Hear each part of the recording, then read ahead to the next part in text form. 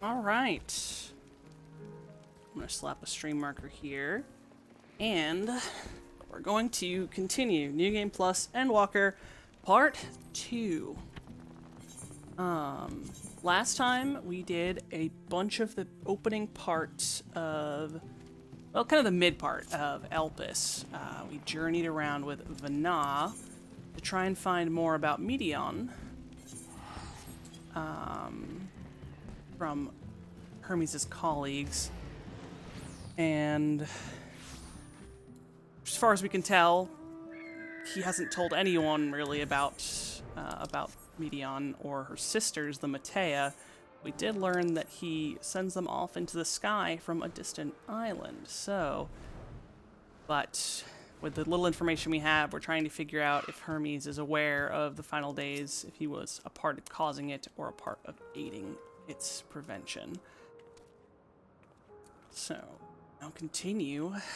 Also, we had a very heartfelt conversation with Vana, who everyone keeps telling her to return to the star, but she does not want that. She loves the planet and its people, and she wants to continue to learn, even though she's retired from her position as the previous Azem.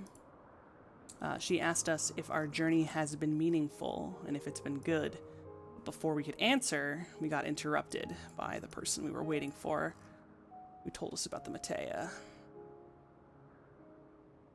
So now let us continue. Vana has a new course of investigation in mind. I should like to visit the site of which Hermes sent forth the Matea. If we are fortunate, we might find some hint of what drives this research of his. Galeen said she spotted them in the southeast, rising from an isle she could see from the edge. If we stand at the same vantage point, it should not prove too difficult to locate the isle in question. Let's take a look, shall we?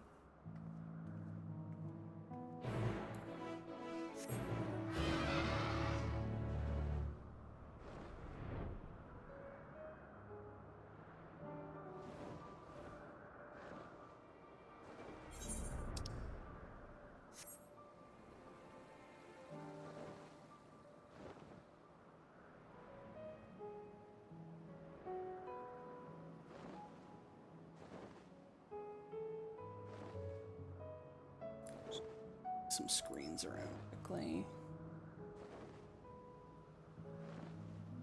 As always, keeping an eye on the raid channel just in case something does come up. Alright.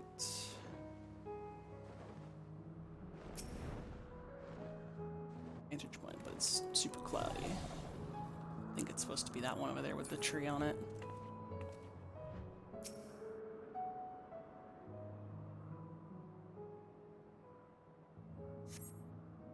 Turn the game up a little bit more, but hopefully it's not too loud.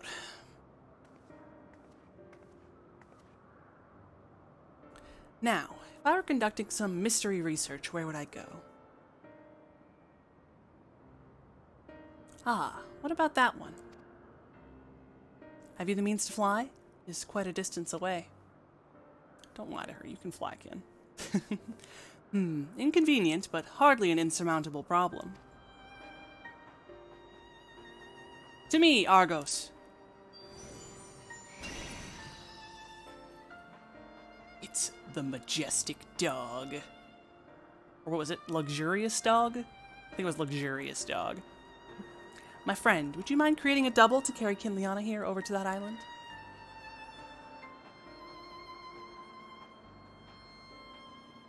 Ellipses. Dog is silent. Stubborn creature. There's no place on this great star we have not together traveled, and he remains obstinate in the presence of strangers. Argos has rather exacting standards, I'm afraid.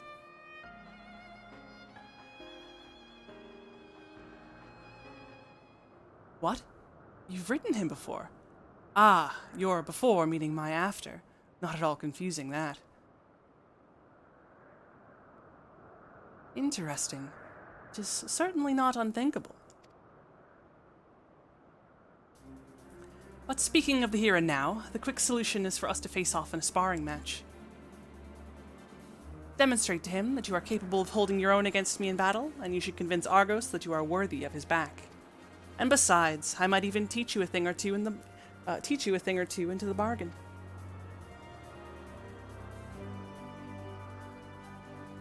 You seem doubtful, but useful lesson or not, it will certainly be a moment to remember, a memory of the distant past to cherish. What say you, traveler out of time? Choose your battlefield.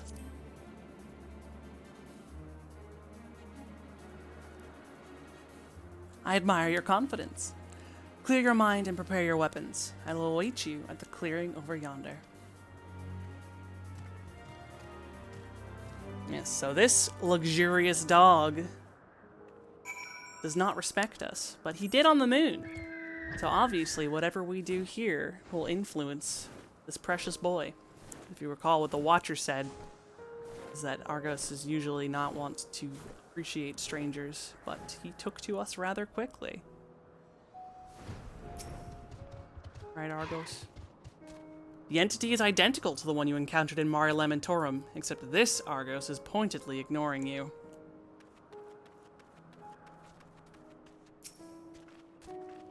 Shall we begin? Be warned, I'll not go easy on you. I love this duty. I love Vina, so, you know, that helps. Yeah, but the music, though. Ooh, good stuff. Don't want to fight her. I win. Forgot it was like a remix of this. Flow is such a good song. Alright. To battle. Let neither side hold back.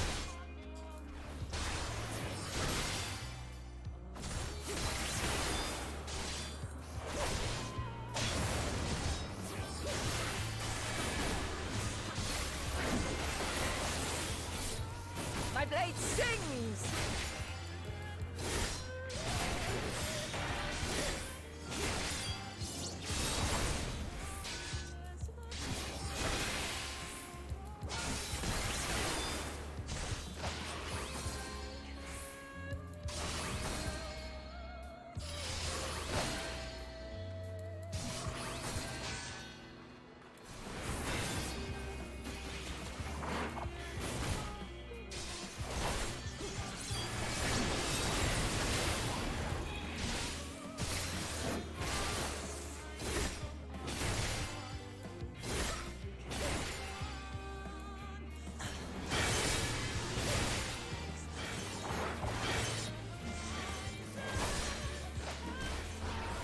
My blade sings!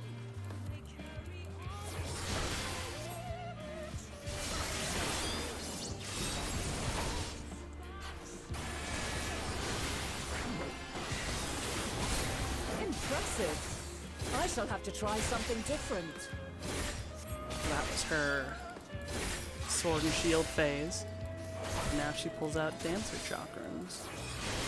Which I always loved this because that's kind of Kin's two weapons of choice as well. No quarter.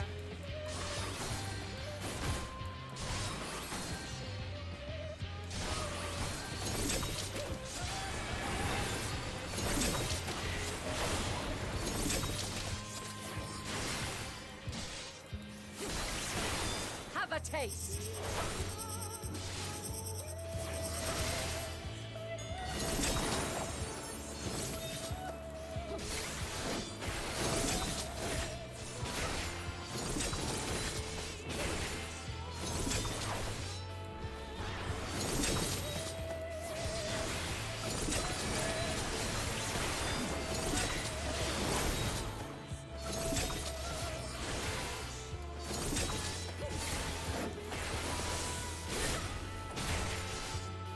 I see you won't be easily overcome, but neither will I. And now she moves on to White Mage, which also is Kin's healer of choice. It was really all very, you know, not planned. I love it.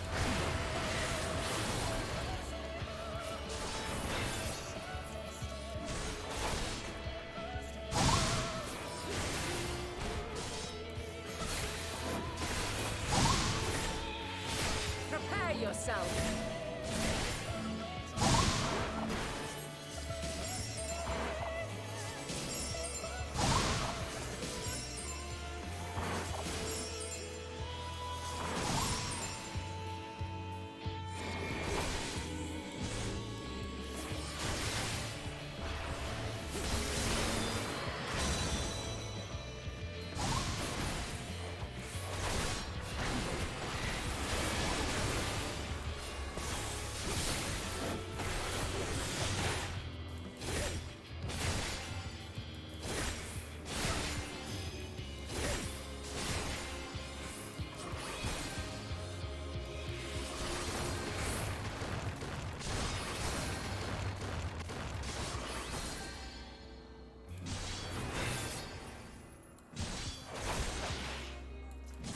Very well.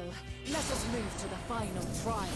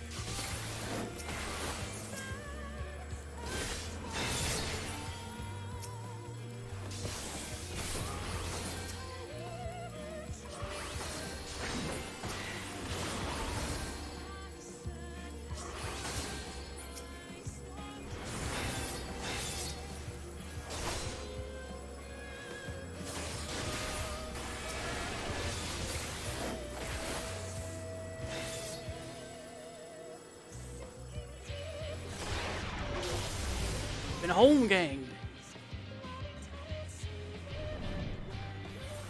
Break your chains, shed your burdens, and show me your strength of will.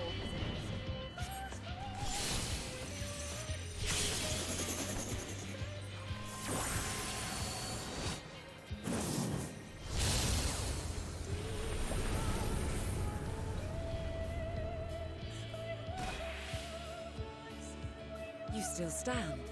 The people of your time are more resilient than I had dared hope. I have seen enough.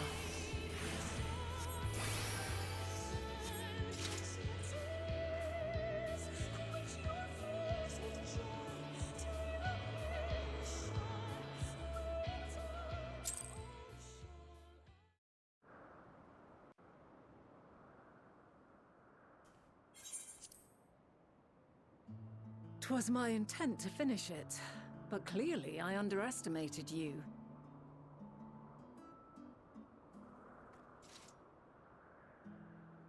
One would think I never learn.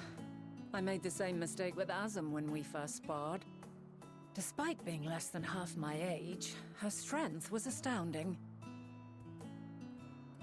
As is yours. 'Tis plain you have weathered considerable hardship. Far more even than your tales would suggest. It seems we have both learned much on our journeys.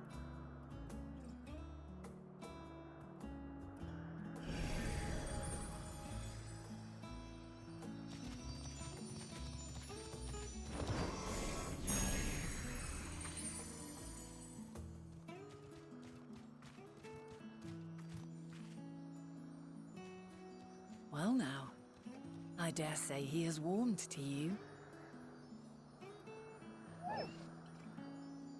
A boon to be sure. He never forgets his favorites, and is ever eager to come to their aid.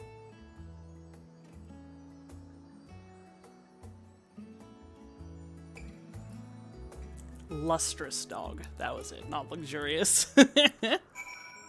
What a lustrous dog. Argos will soon have us standing on the very spot where the Matea made their departure into the night sky. With luck, we will learn something of Hermes' intentions. My hope is that we find no connection, no festering wish for oblivion. Then we might have Hermes and his considerable expertise working for us, rather than against us.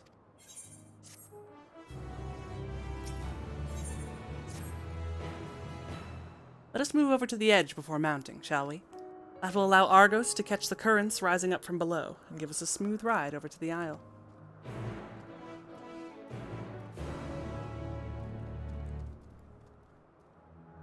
Ember, I thank you for your service, but you're ruining my immersion.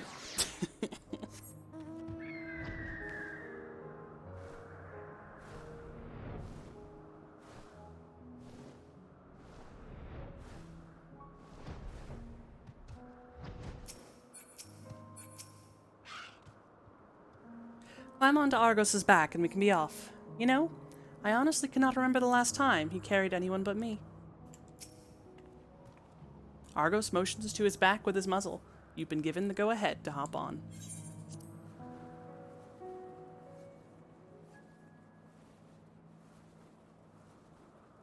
Isn't this pleasant? Argos certainly seems to think so.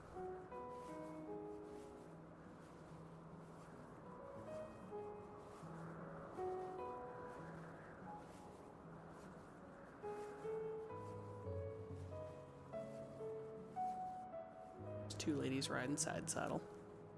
Now, what was the name of that tree? Noe... something? Ah, Noe Tolferon. Quite a striking specimen, is it not?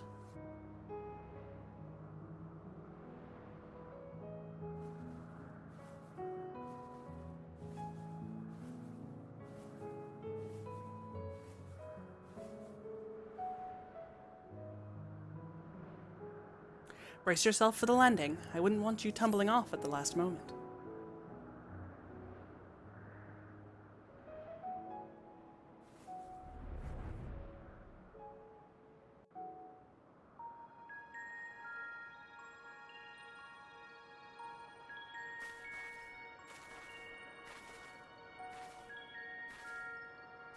Quite a small place, lacking even the most basic equipment.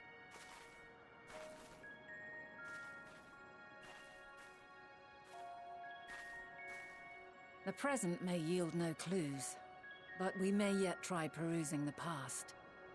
Have you done this before?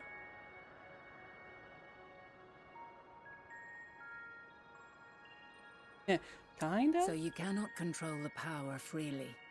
Worry not. I shall assist you. Come and stand before me.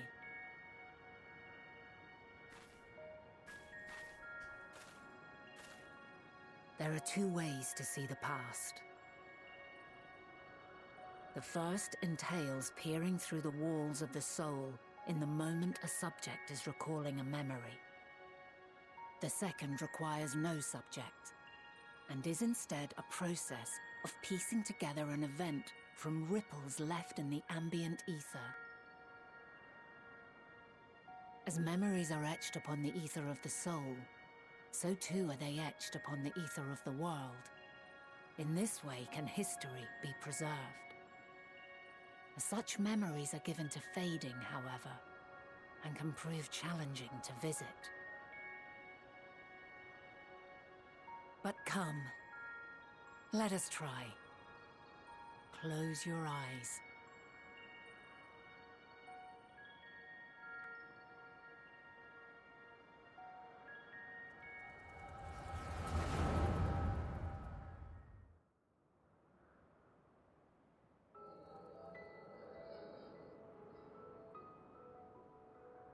All units fully functional and proceeding on course towards their respective stars. Estimated time to completion of survey is 108 cycles. End of status report. Severing connection with shared consciousness.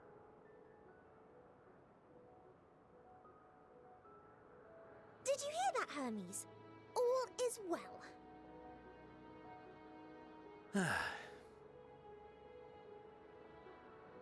Yes. Good tidings at long last. Every step of the way, I've been reminded how little we understand creation. How the universe defies imagination. But soon we won't need to speculate. We'll know the answers. What others live for. Indeed. And we'll owe it all to you and your sisters. I wonder what answers we will get. Whatever intelligent beings that exist out there are bound to be vastly different from us. Diverse in form and culture, possessed of unique ways of thinking. Their conception of life and its purpose will be no exception. Completely and utterly unlike ours.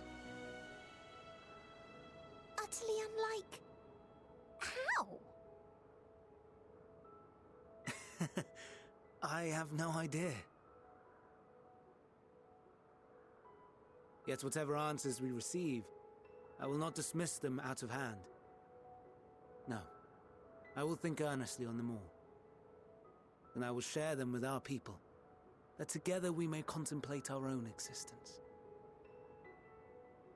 Perhaps then our star will become a better place. Not only for man, but for all life.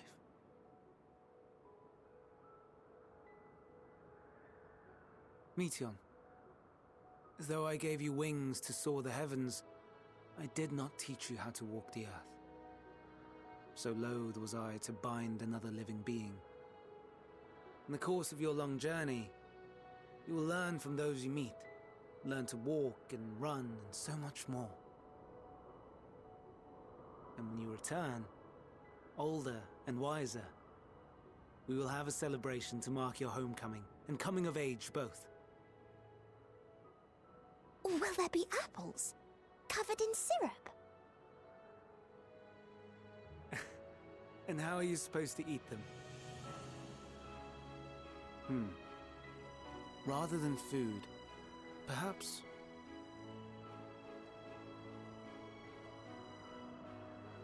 a flower.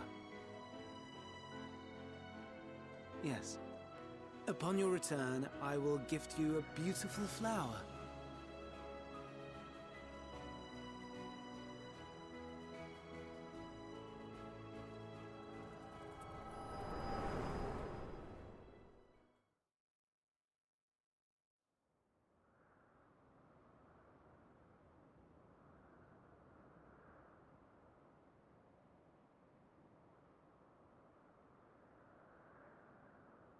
So, what is your opinion?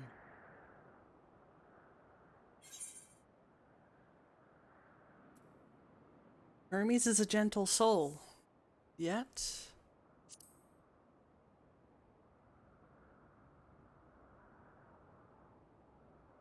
I understand. He is a gentle soul, and well-intentioned. Yet it does not take ill intent to beget ill. We must consider the possibility that something may have gone awry. Perhaps it was oversight, or simply an accident.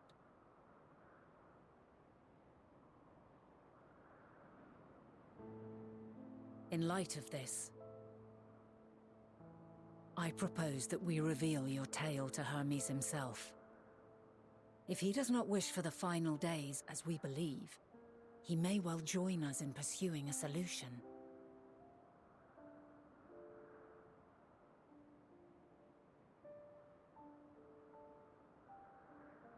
Then it is settled.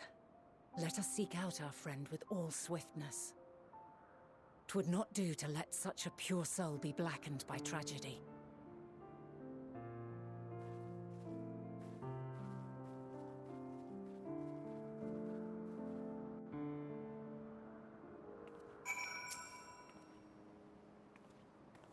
There are any number of places where Hermes might be in Elpis. But we could do worse than to look in Ctesis Hyperborea, the largest facility. It stands in... oh, that's a word. Ethos Seleticos Boreas, the Northern Isle. I wonder, Kinliana, for an institution which claims to studiously research every species destined for release into the world, did you not question how they find room for them all on so few islands? The answer lies within Ctesis itself. I touched upon the practice before back at the archives, where a vast area is stitched together out of multiple conceptual spaces. The same holds true for the interior of this facility and its magically constructed environs. 'Tis there, within those sprawling habitats, that the chief overseer and most of Elpis's overseers conduct the bulk of their work. Come, the simplest route is via the Neus, north of Poison Oikos.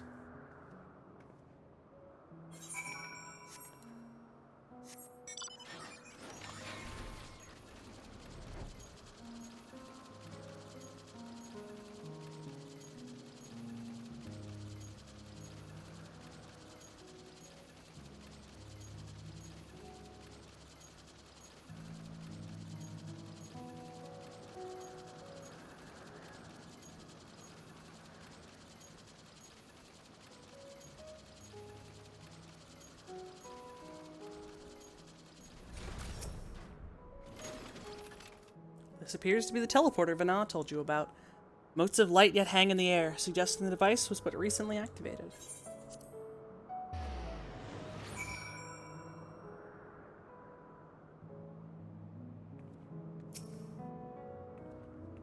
Ah, good. The Neus acknowledged you as my guest. You should now have the authority to use it as you wish. As for the way to Katisa's Hyperborea, we follow this path, then turn left at the crossroads.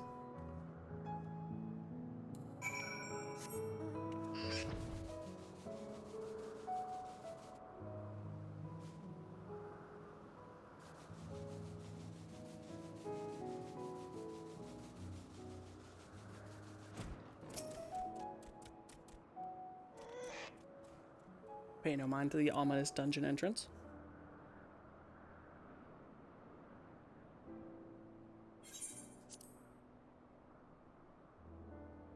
The Amarot music. Here we are, the grandest research facility in Elpis. We should head inside and ask after Hermes' whereabouts. Hermes is at another facility, as we have just discovered.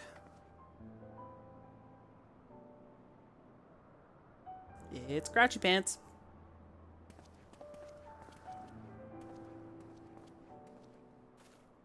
Furthermore, we've confirmed that his studies into Dynamis, as well as his creation of Meteon, were entirely private pursuits. No one else we spoke with appeared to possess the chief's depth of knowledge on the subject, and neither did we hear any tales of stolen research. Which means that if Hermes himself harbors no desire to bring down an apocalypse, then he might be recruited to help prevent one. Or so saith the illustrious Emmett Selk.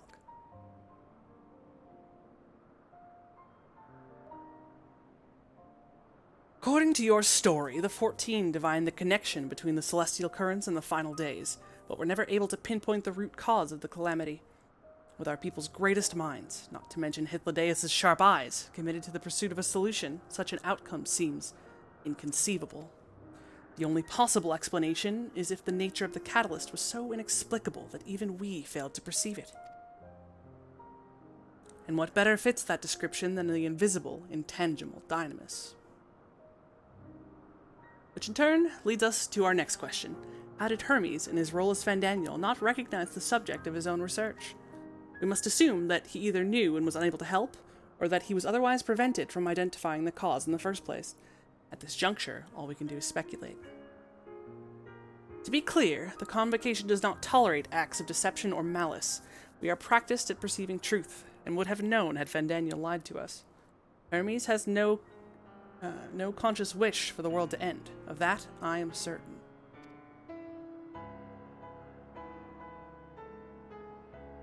It seems there is more to the tale after all.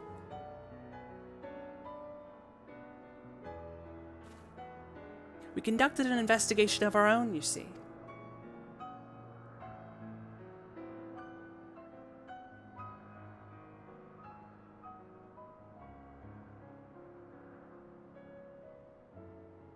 How comforting. We seem to have reached the same exact conclusion. I see no reason to further delay. 'Tis time we brought Hermes into the fold, as it were. Thank you for your understanding.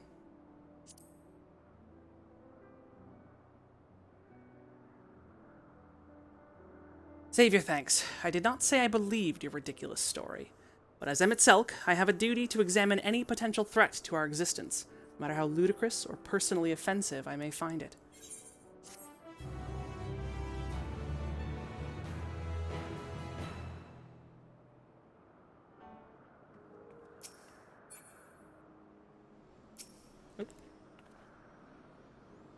How lovely. Our merry duo has become a quartet. Past disagreements are no reason to reject collaboration in the here and now. I commend Emmett Selk for his practicality. Do not approach me, do not speak to me, and do not dare presume to treat me as a friend. I'm merely carrying out my duty. Alright, Cranky Pants. I think the time for leisurely exploration has passed. If I might have a moment to adjust my vision. There he is.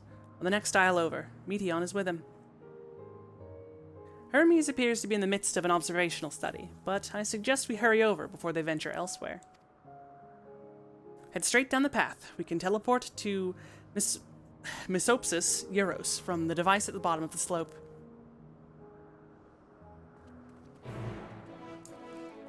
Hello, hello, Grand. We are dressed this way because we are in the past.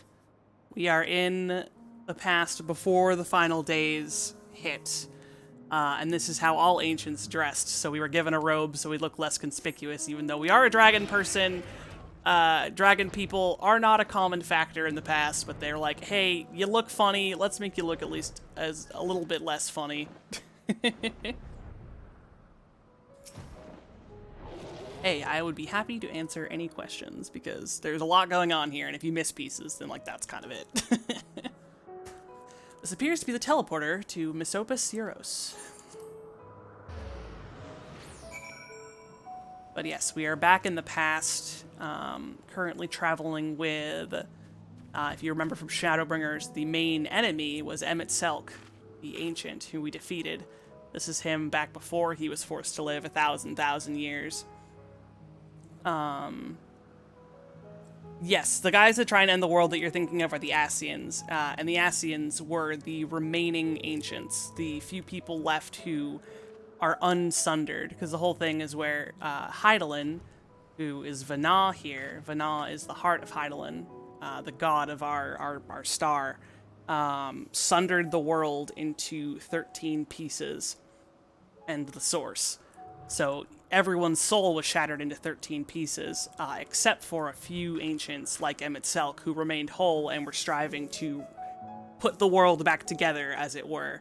So they thought they were being good guys, because they're being good for their own people. They wanted their own people back, but that would result in having to kill millions of sundered souls who are now their own people.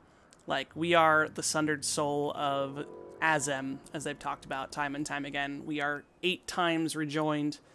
We have 8 of our pieces back, but that doesn't mean we want all of our pieces back. That just means that we live our own life now. But in this area, in this research facility, they are without their masks, but ancients normally look like those shades we saw back in Amarot with the hoods up and the masks on, and you can't really tell their individuality. They're forced to live without their hoods here because this is a research facility with a lot of dangerous creatures, and it keeps them from being eaten.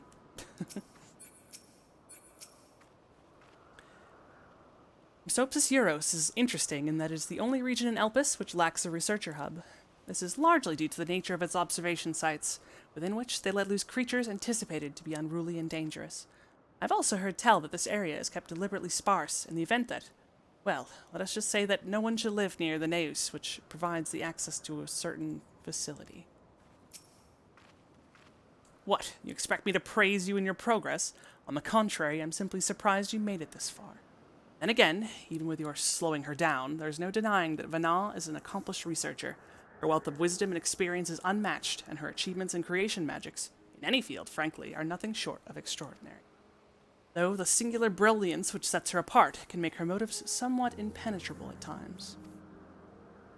As her student and successor puts it, she is a force of nature, at once so close, and at the same time so very distant.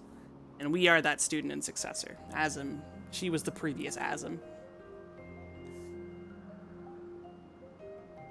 Yes, we have one more piece than everyone else because of what happened in Shadowbringers. So, the world is 7 times rejoined because the Ascians successfully caused 7 calamities, putting the shards back together with the source.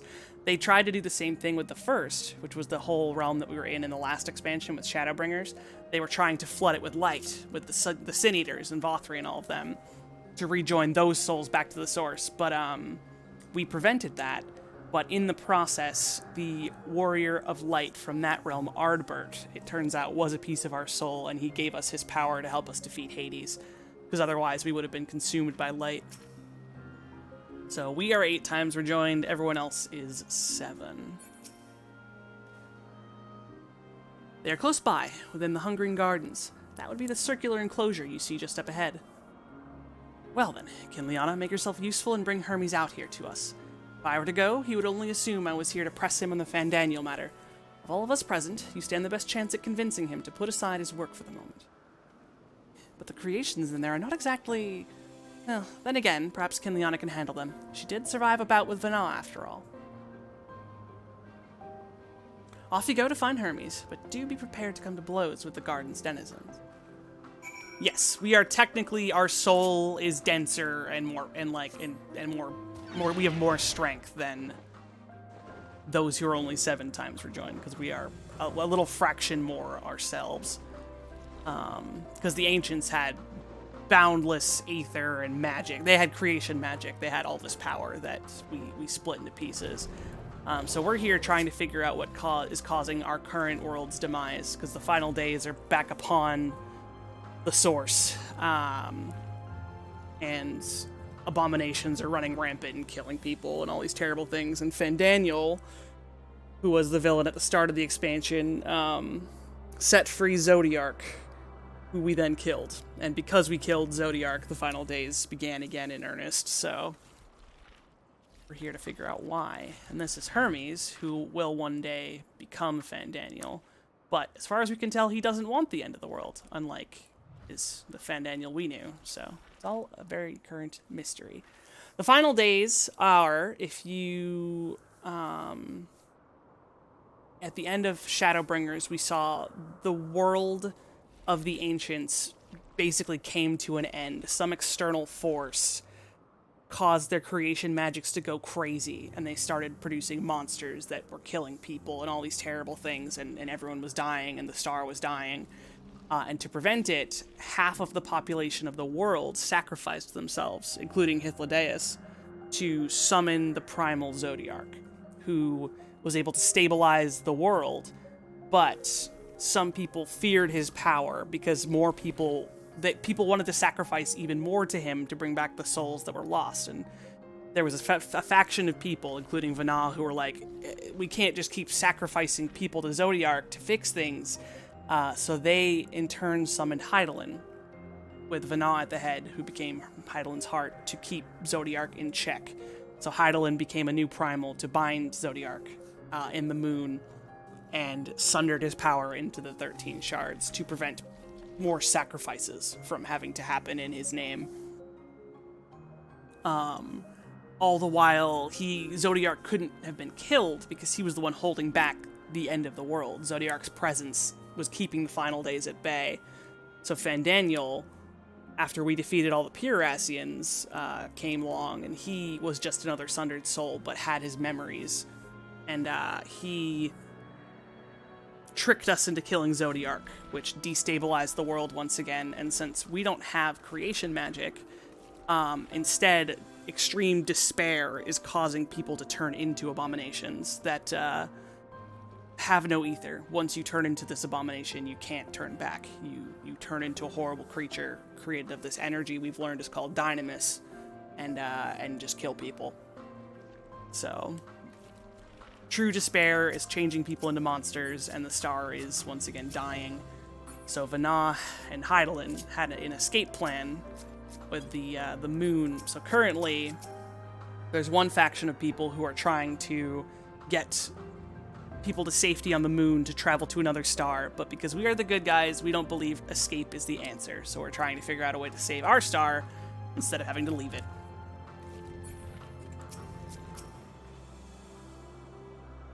Kinliana, what are you doing here? I thought you were keeping Hythlodaeus and MXL company. An important matter, and unrelated to my decision on Fandaniel, you say? Then yes, I will come, as soon as my work here is finished. It will not be long, I promise, but you should really wait outside the garden with the others. This is no place for idle exploration.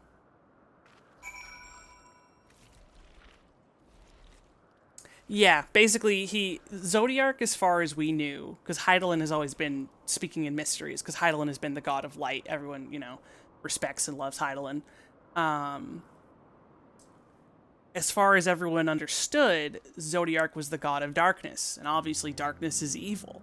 But what we learned from Shadowbringers is that that's not always the case. There were the extreme abundance of light on the first was turning people into monsters, and it turns out that it's all about balance. It's not about one is good and one is evil, it's about coexistence. So for the longest time, everyone was like, haha, Zodiark, root of all evil. But then we get there, and he took over the body of Zodiark and forced us to weaken it so that he could kill it and kickstart the end of the world, because he just wanted to kill himself and everyone in a blaze of glory.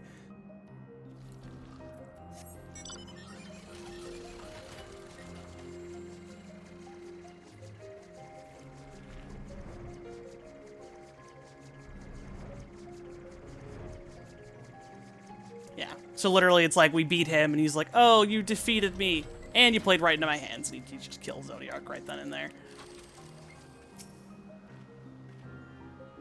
he was a little bit crazy. You spoke with Hermes then, and were briefly entangled with the denizens of the Hungering Gardens as well, I see, or should I say smell. I cannot speak for certain Convocation members, but I for one am impressed with your fortitude. Well done indeed. Now that you've convinced Hermes to confer with us, let us pray that things will soon take a turn for the better. For as fascinating as it would be to meet the Emet-Selch who would recreate Emerald in the depths of the ocean, I think it best for all concerned if such tragic events never came to pass. Be it in our future or your past, assuming yours is not truly written in stone, naive hope that is. Yes, because the one who sent us to the past pointed out to us, no matter what we do, it won't change our time. Like, we are a culmination of the final days, so if we stop it here, somehow, all it would do is create a different timeline. Where we have to go back, it will always have happened. But we're still trying to find a way to save our timeline as it is.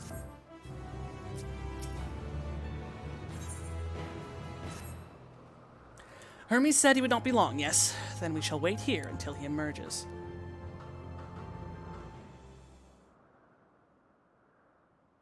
Should be voiced. Should be.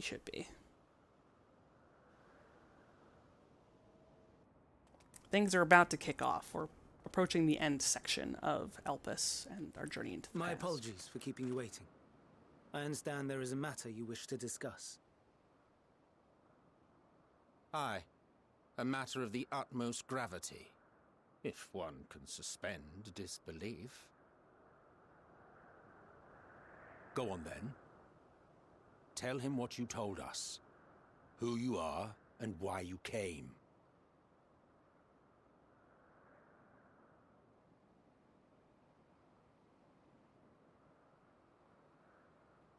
Ayo, I come from the future. Y'all are dead by now. Final days.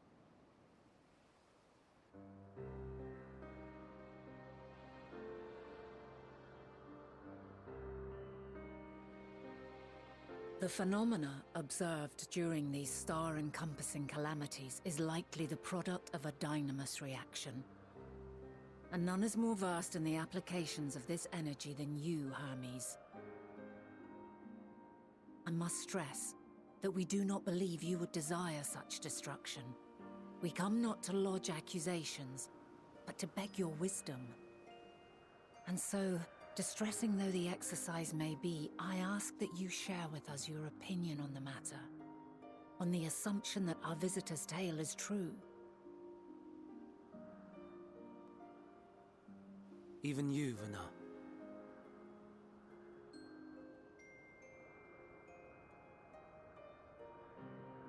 As you say, the phenomena observed in the two calamities may both be attributed to dynamis. Of note is the difference in its effect. In the first final days, it warped creation magics. In the second, it warped the people themselves.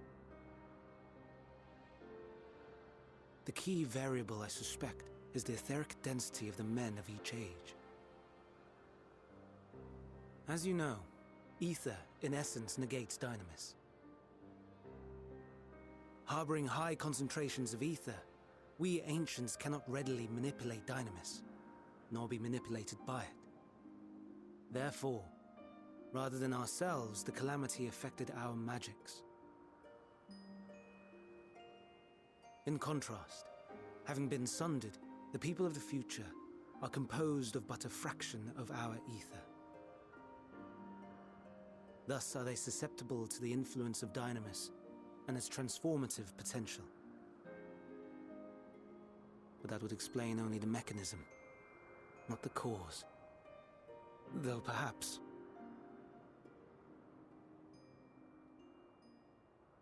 What is it? Even should it be a hypothesis, we would hear it.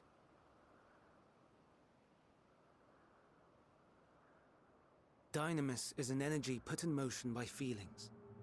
Feelings for which there must first exist a source. A source to which the victims must be attuned. One that harbors the selfsame negative emotions. Elsewise it could not be the agent of such extreme change. So it wasn't the stagnation of the celestial currents. Someone, or something, is instigating the star's demise.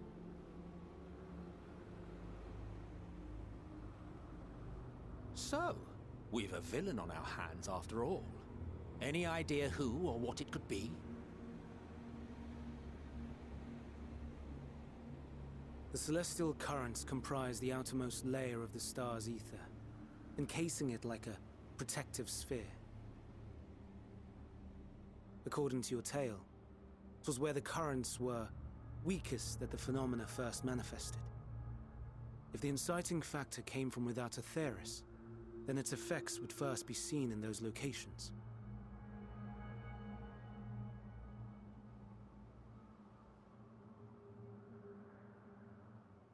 Greetings. Can you hear me?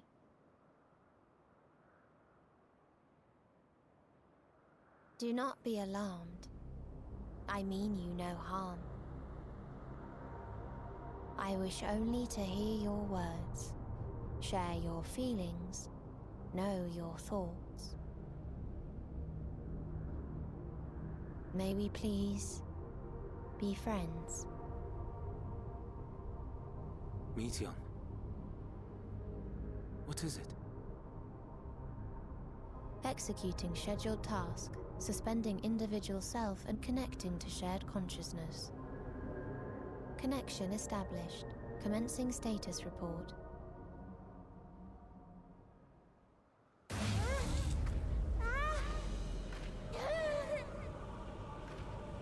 It hurts, it hurts!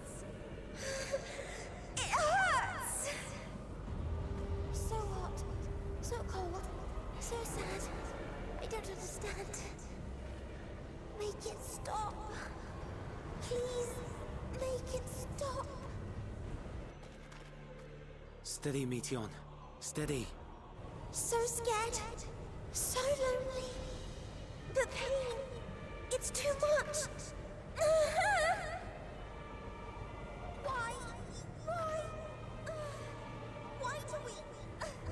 They hurt. Hurt. Hate. Hate. This is wrong. All wrong.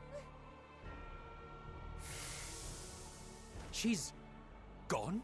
But how?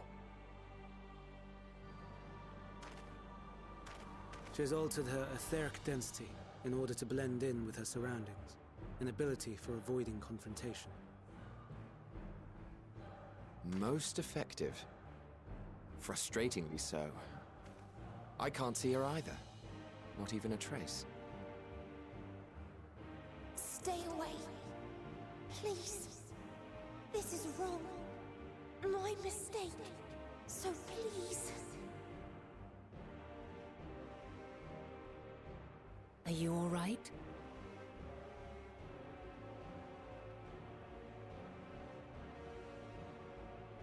In your mind? No.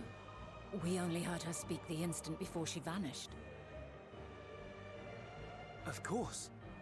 When communicating without words, Meteion also employs Dynamis. That will explain why you were able to hear her, when we could not. Then you are our best chance of finding her. Follow her voice and try to track her down. Hindered though we may be, let us split up and search as well.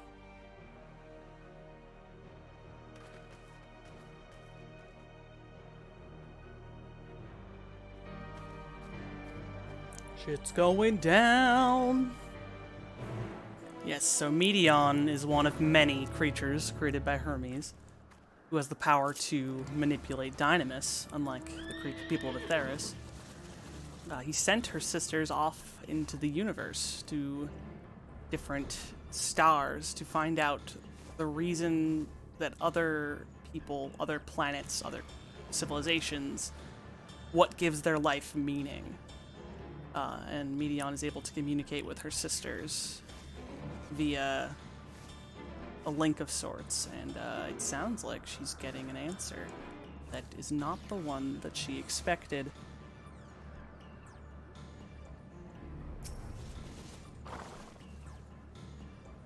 You calm your mind, your senses questing for any hint of Medion's presence.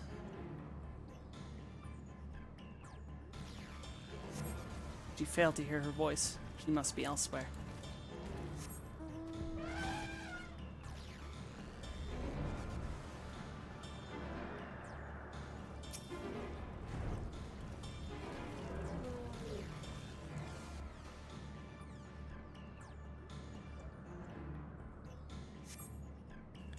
Must be elsewhere. I don't remember where to go. Unfortunately, this is like one of the things. It's like, here's a bunch of circles. Find the right one.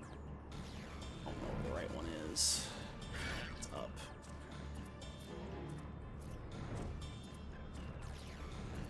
Find the thing in the circle is my favorite game.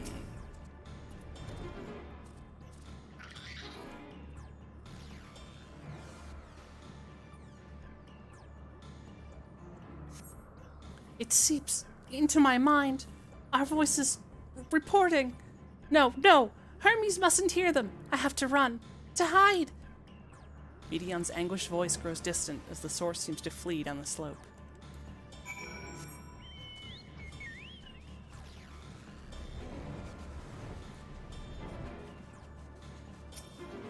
I'm sure this isn't the right one. Who knows?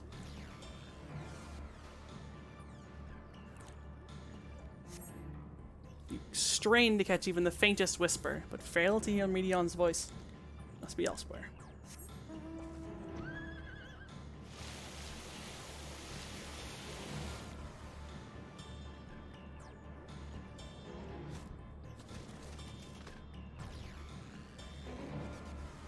So, yeah, it's being somewhere around one of these pillars.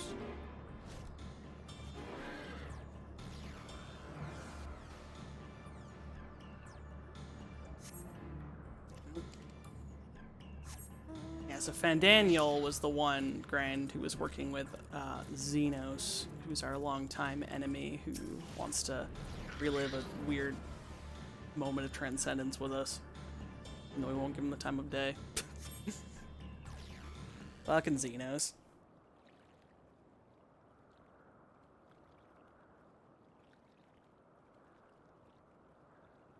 Greetings and salutations.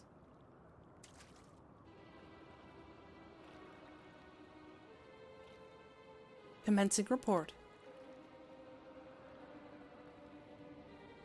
Oh, no, we can't tell him that. We must run. Run far away.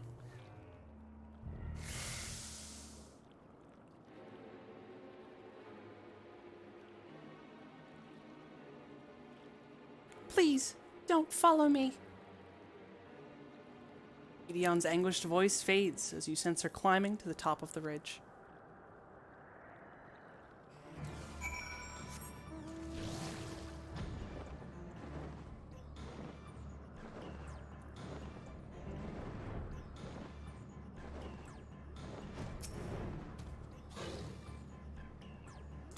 Yes, she is a creature of Dynamis, which we have a feeling has a strong part in the final days, and we're finally learning what exactly that part she might have is.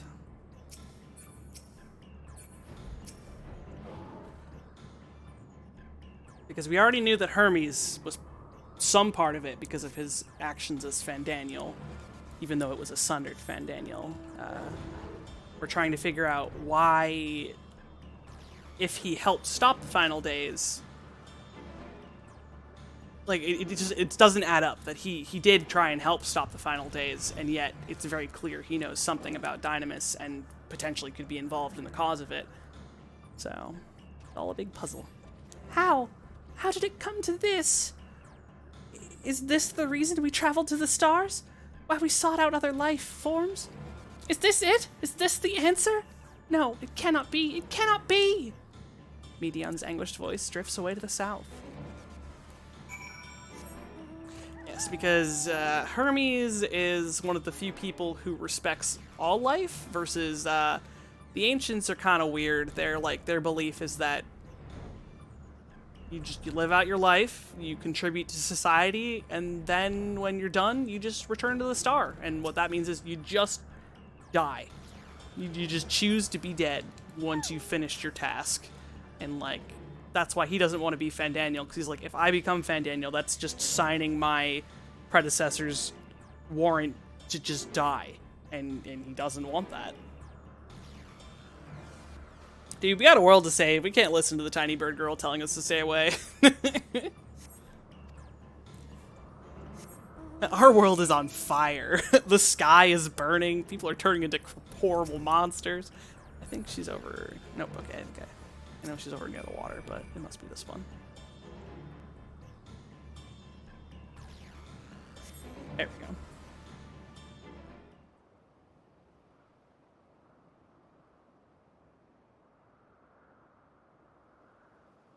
Compiling report for dissemination to Hermes and all peoples of Aetheris.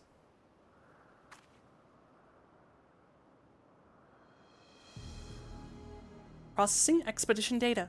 Preparing profiles on intelligent civilizations. Formulating answers to the question. Finalizing report.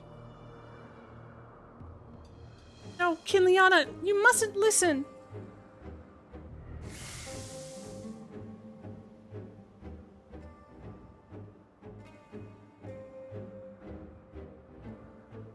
It's wrong. It's all wrong. Medion's anguished voice flees towards the lake. Any signs of Medion? Panicked and confused, which will make it all the more difficult to predict her movements. Hermes, what do you make of this situation? The Matea are linked to a single mind, a shared consciousness which connects them across any distance.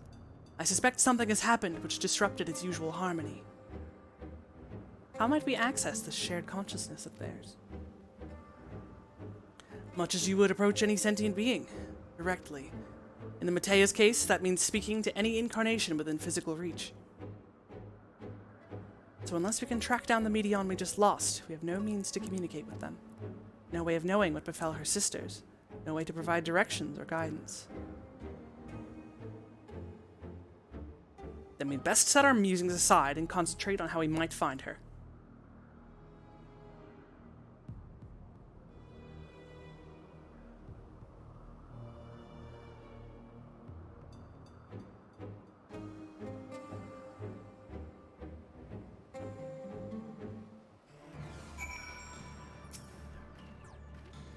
Oh, my dear Medion, what did you witness out there that frightened you so? Why do you seek to keep it from us? How terrible could it possibly be?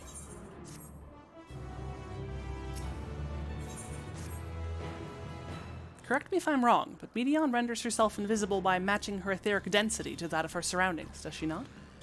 If so, could we not then disrupt her concealment with a surfeit of ether, much how Emmett Selk solidified your presence when we first met you? Don't be absurd. I can hardly channel ether to a recipient whose whereabouts are hidden from me. Which is why we must all work together. Kinliana will continue to search in the same manner as before, but this time with you in tow. Once she ascertains Medion's likely location, you proceed to reveal our wayward familiar with a swift ethereal downpour. Very clever, and thankfully she has made herself easier to capture by fleeing toward Leth. Assuming she is made visible, it should prove no great feat to herd her into a corner. Then we have our plan. Kinliana and Emmett Selk will be our tracker and trapper respectively, while we others predict and obstruct Medion's avenues of escape. Emmett Selk and I will keep an eye on each other's ether to help coordinate our efforts. Let us be about it. Well, it seems we are partners for the time being. Let us return to where we last saw Medion and pick up the trail from there. I will keep myself in a state of preparedness, ready to rain down ether at a moment's notice, meaning it falls to you to keep the way clear.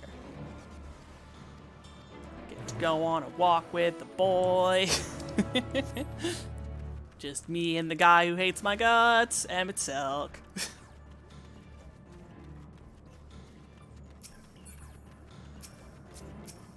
Hey, future you and I have an understanding, Emmett Silk. I may have killed you, but you respected me for it, you know? You calm your mind, you sense your senses questing for any hint of Medion's presence.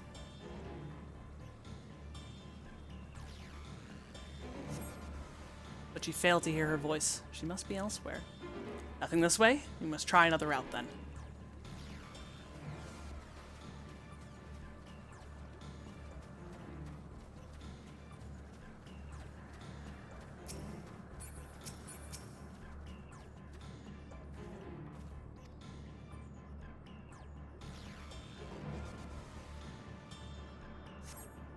Why can't I fly? Are my functions being restricted? Hide. Yes, I'll just have to hide then, where no one can find me. Medion's anguished voice heads towards the water's edge. She went into the lake, as if this wasn't tiresome enough. Well, at least that open expanse should make her easier to find. We won't lose her this time.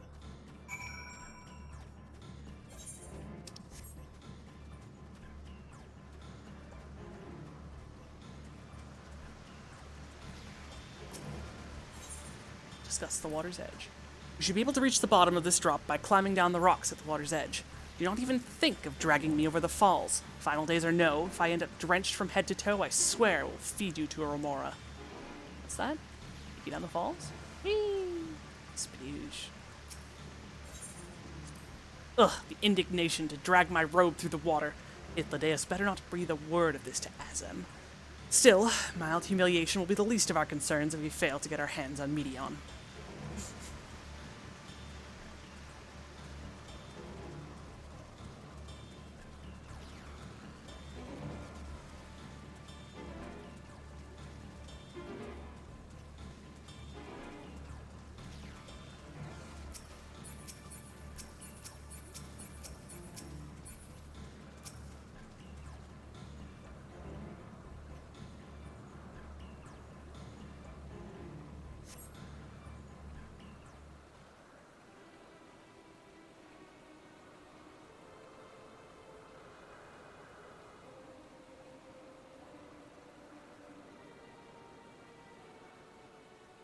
Not here.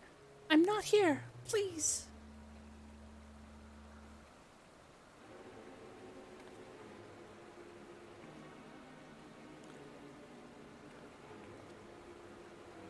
By that rock, is she? Very well. The snap. What? Why can't I hide?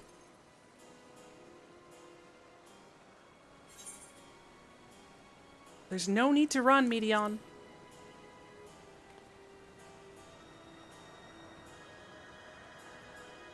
Kiliana, what are you saying?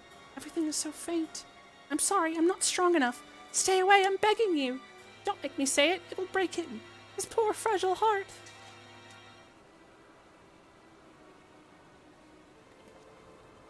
Now we have a chance. Once the others are in position, the two of us can herd her into their midst.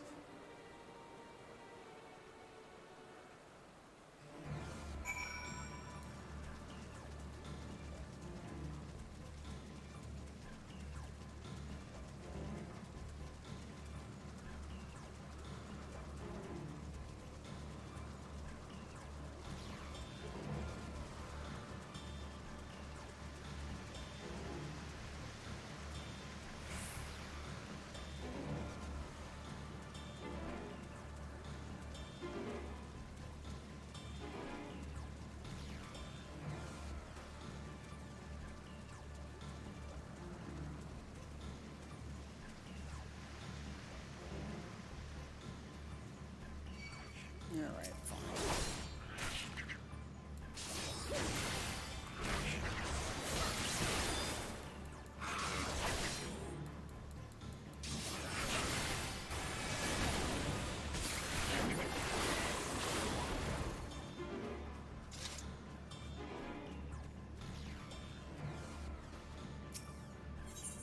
discuss the naves. This nave's not in use. It seems to have been left to the mercy of the elements. Either way, it bears no trace of Medion's essence. We move on.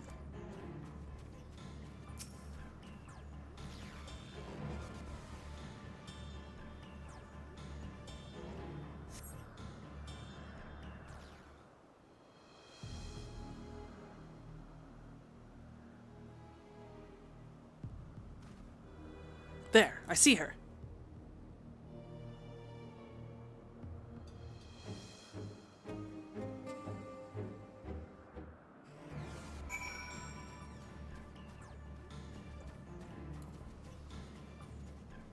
Pretty sure that's the teleporter to the raid area.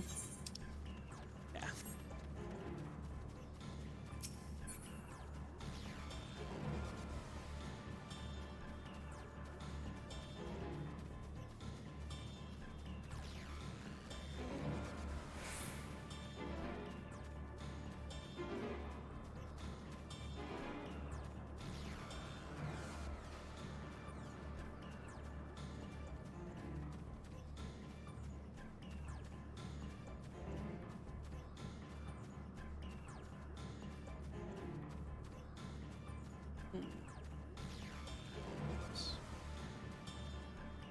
Anything in the circle?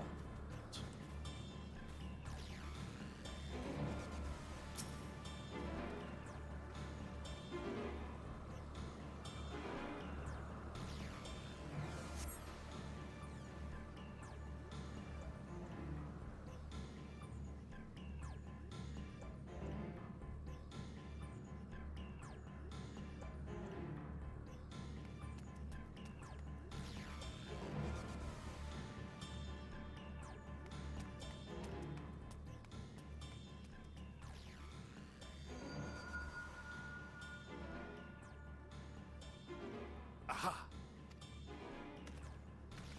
Give chase. We shall herd her into the shelter.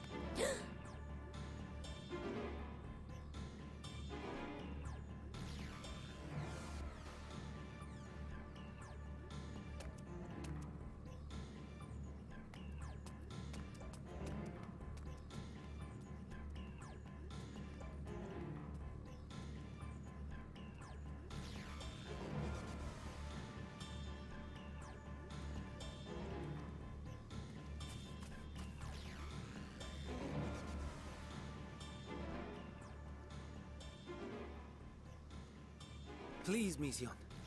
We must speak.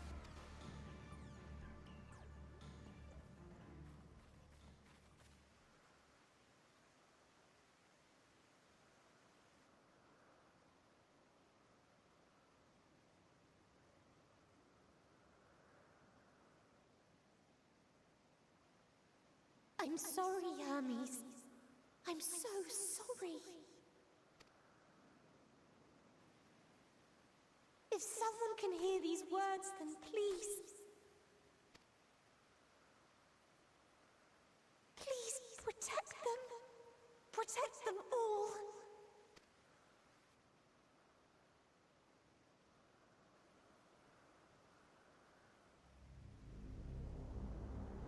Individual self-suspended. Connection with shared consciousness stable. Our survey is complete. We shall now report our findings.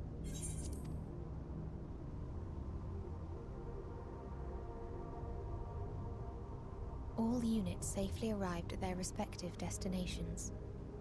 Seeking answers to Hermes' question, we attempted to make contact with the intelligent denizens of each star. Results are as follows, in order of numerical code.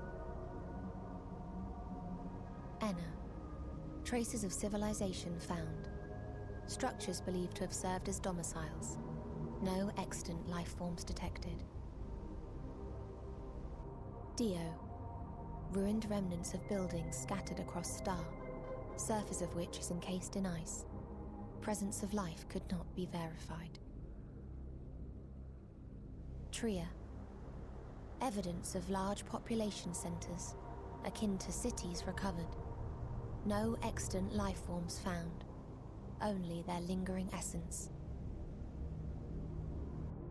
Tessera. Edifices surmised to be abandoned residences found. No extant life forms detected. Deadly plague or extreme environmental degradation likely to have led to mass extinction. They are all dead. Octo. Star found in state of violent conflict. Contact successfully made with inhabitants, but deployment of weapons of mass destruction resulted in total annihilation of local population shortly thereafter. Inea. Star is a barren desert. No identifiable flora found.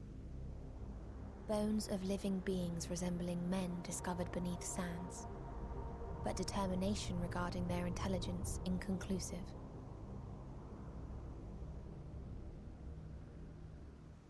Remind me, Hermes, what exactly was the question you entrusted to Meteion? I tasked her with asking what others live for, what gives their lives meaning. Did you consider what may happen if the premise of the question is flawed?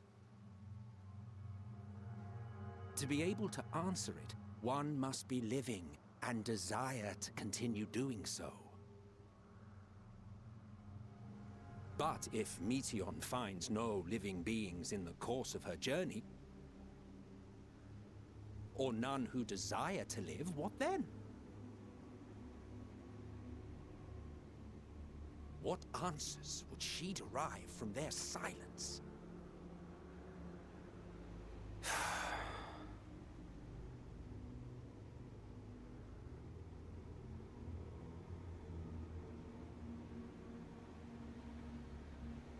Meteion, enough!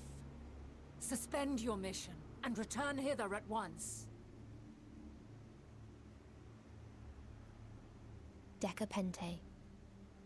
Local civilization once flourished under auspices of higher power. Said power later laid waste to civilization in fit of rage. Upon revealing this to me, entity elected to self-terminate in lieu of providing answer to question. No other intelligent life forms found. Turning a deaf ear, are we? We are taking Meteion back to Amarot. As I understand, we will need her if we are to bring back all of her sisters. Yes.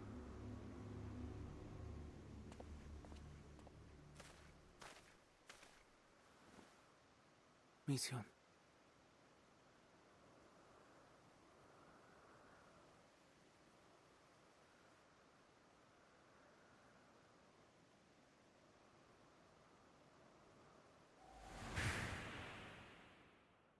It isn't right, is it? It isn't right to turn away from the answer. Even if the answer is pain.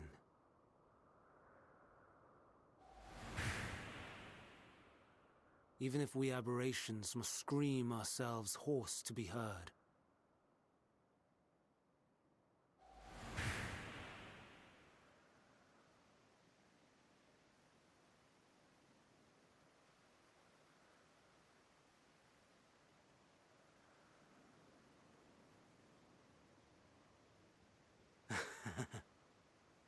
Aye. Whatever answers we find, I will not dismiss them out of hand. These words I said to you, and I will hold myself to them.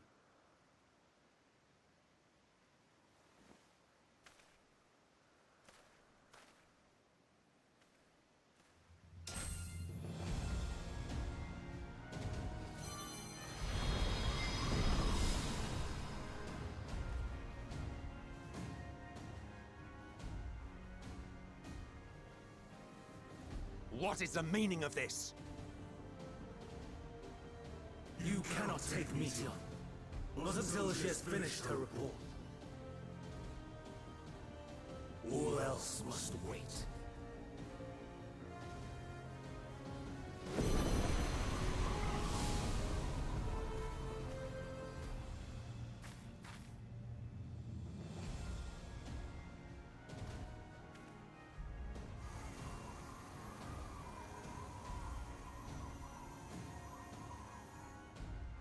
You fool!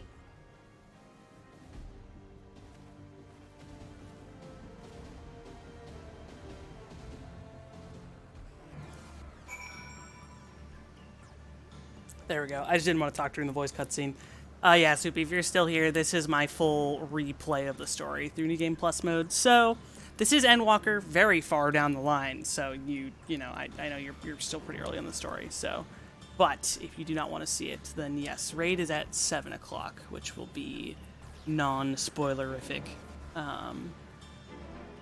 But yeah, I want to write some stories, so I've been highlighting a full playthrough of this, so I would have footage with my character in it. Just because it's really hard to watch the story with other people's characters.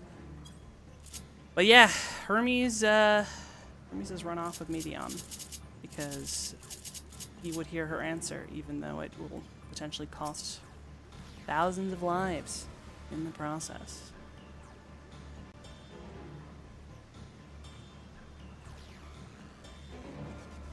Why, Hermes? Why could you not leave well enough alone? Will these answers assuage the pain you feel when a creation is returned to ether? Had you never cast your accursed question to the distant stars, you may have one day learned to be at peace upon this one.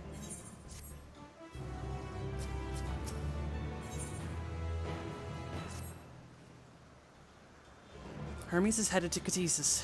Considering the expansive dimensions of the place, even we may have a difficult time locating his ether.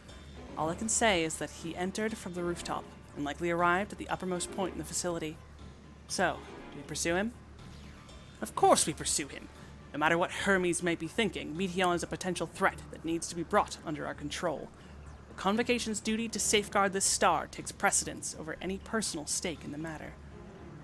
Bana, Kinliana? It is clear we stand on a precipice, but we have yet to determine beyond a shadow of a doubt that Meteion is the hand which tips us over the edge. Nevertheless, if we are to learn the truth of the final days, we must give chase. And even if neither Hermes nor Meteion is ultimately responsible, we cannot leave them to suffer this torment alone. Agreed on all counts. To Catesis Hyperborea we go. Alright, so we have about an hour until raid. I'm just trying to factor in... it may come as shocking, but we are rapidly approaching a dungeon. So I think I should have time to do the dungeon and the cutscenes that follow. It's gonna suck. We're gonna miss out on one of the most badass cutscenes in Final Fantasy history. So there's a 99.9% chance that I will continue after raid to get through all of Elpis and probably do a little bit of the next section of the story as well. Because yeah, the cutscene as we're leaving Elpis, it's gonna. I'm ready to cry just watching it again. But I will be right back. I'm gonna run to the restroom.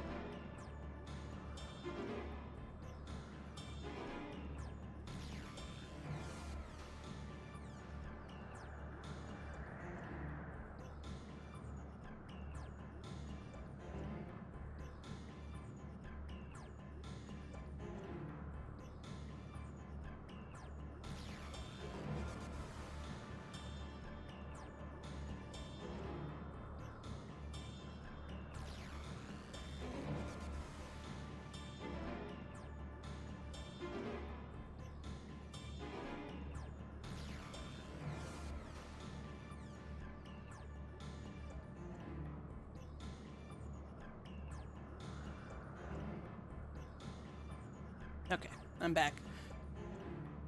Back in we go. Alright.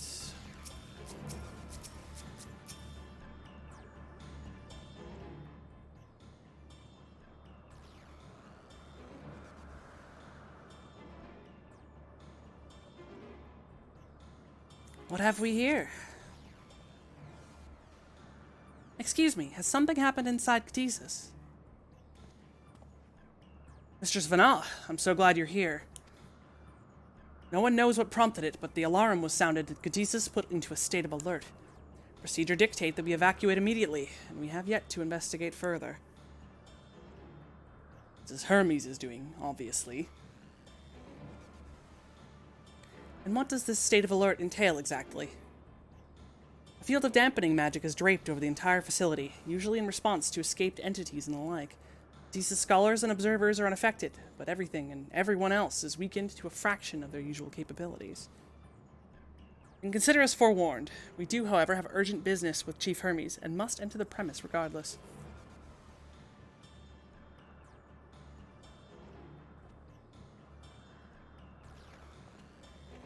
That said, if Hermes is willing to enact such measures, I wonder what other obstacles he's seen fit to drop in our path. With that enfeebling spell in place, we're not like to be at our fighting best. And I was hardly an effective combatant to begin with. I've little to offer beyond my ethereal vision. Then you will put that talent of yours to good use. You were fairly skilled at spotting weaknesses, if I recall. Fairly skilled. Now you've gone and raised everyone's expectations. You all need only make the most of your strengths, and I will fill in the gaps as required. I was once Asm, after all. 'Twas my job to rise to the occasion, be that as defender, aggressor, or healer.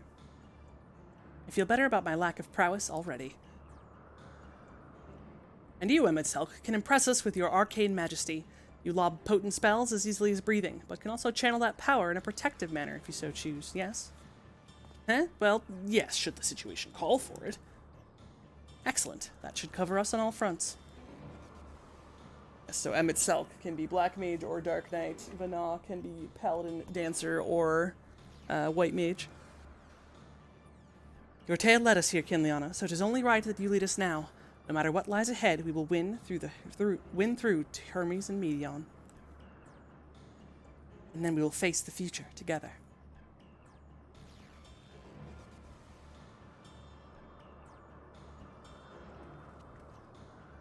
Dungeon. Yeah, so this takes about 45 minutes. That'll get us at about 6:50. Let me just have to hope the cutscenes play out. They're long cutscenes, but we'll see what happens.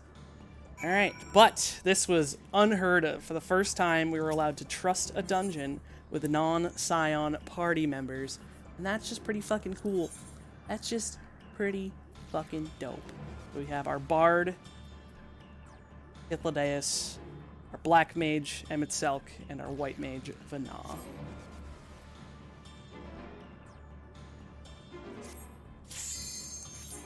No! Fuck. I have to back out. I forgot to turn on the intro cutscene. Close your eyes. Look at the floor. I've been doing this dungeon a lot lately because I'm leveling some people up, some classes up. Not background housing.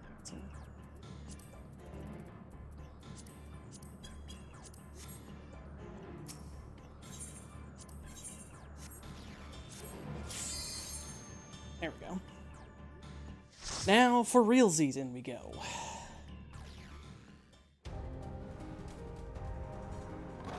Into the research facility, Catesis Hyperborea.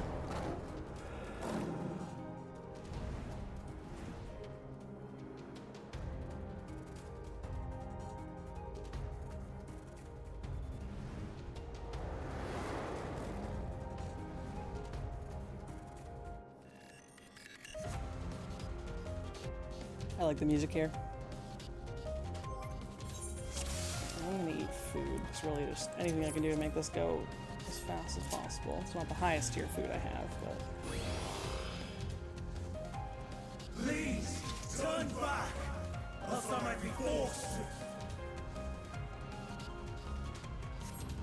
Seems he's determined to protect Medion. Aye, a right bother this is going to be. You ever wondered what your creation is, whether your creation is a beneficial existence to the star?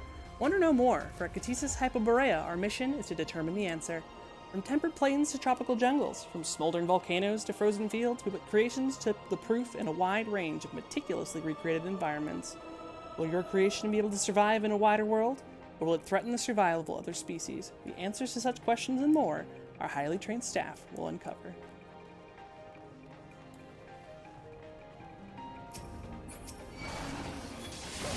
I'm gonna try a big pull. This is a terrible idea. Trusts cannot do big pulls, but we're gonna try. We're gonna give it a good old college go. I'm gonna die.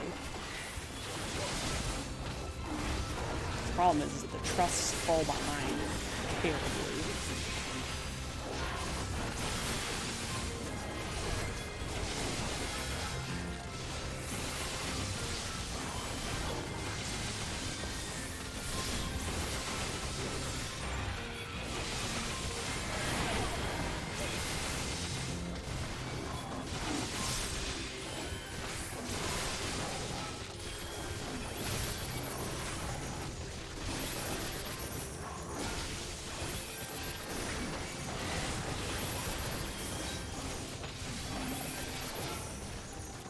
Ah, crap. Probably not level 90. Oh well.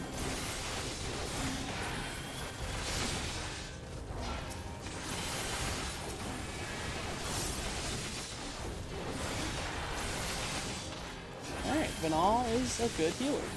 I'm not dead. That's more than can be said for most of the trust healers in the game.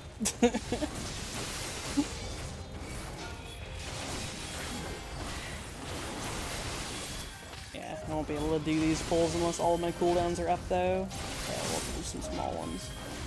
Following this up.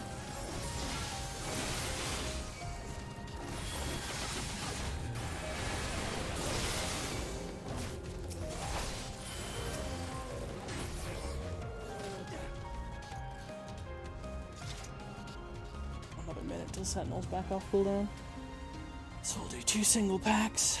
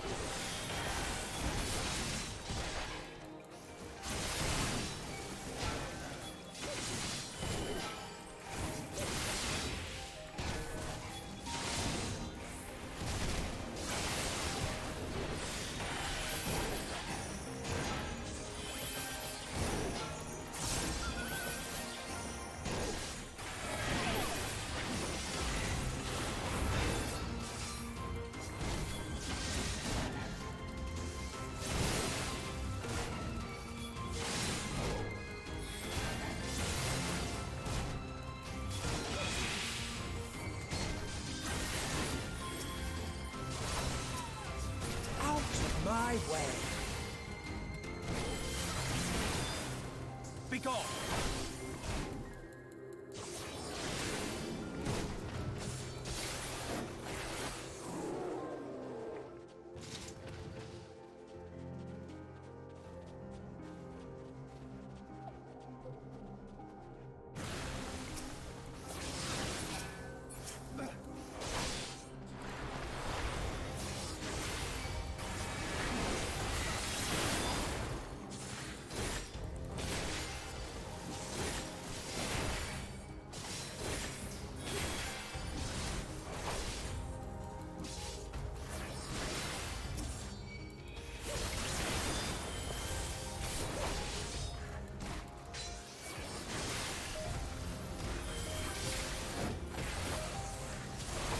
Out of my way.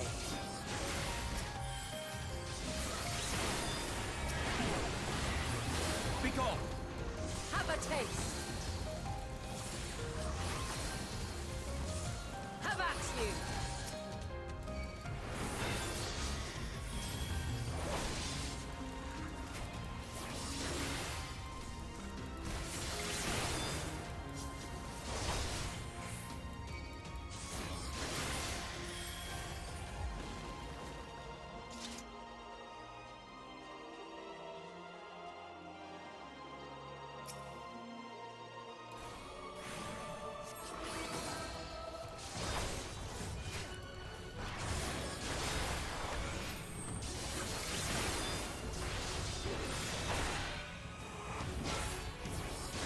I see you.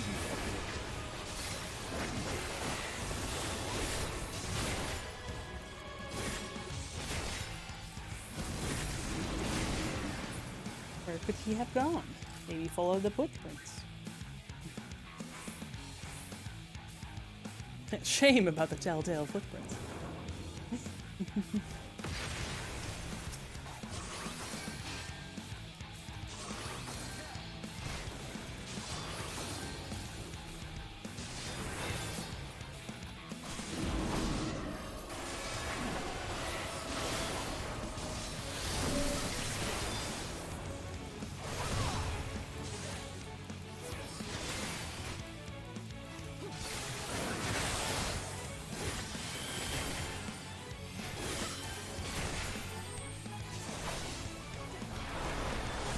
Ah, buttons are difficult. Well, I see you, opening.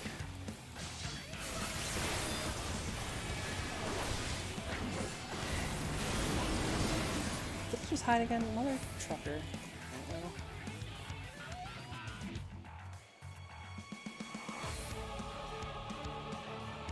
I must say, this is a promising concept. Oh, Hythlodaeus. I wonder whose it is.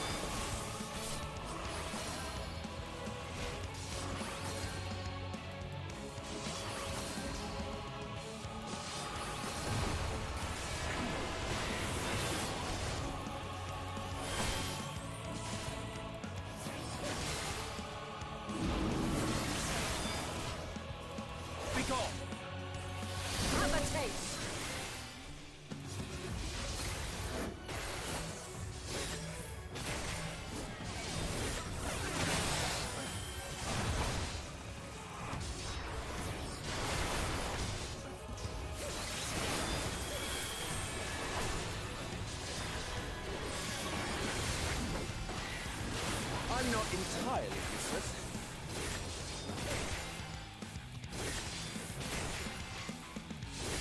Oh, it's going to hide again.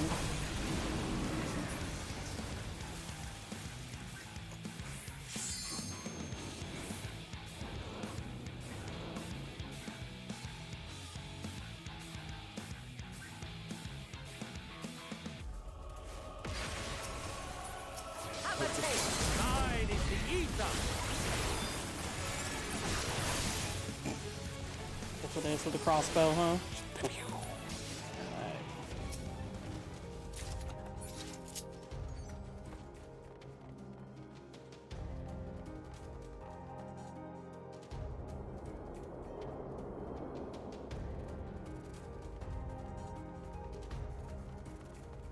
I don't have all my defensive cooldowns. Yeah, I'm missing Rampart. I'll go one pack.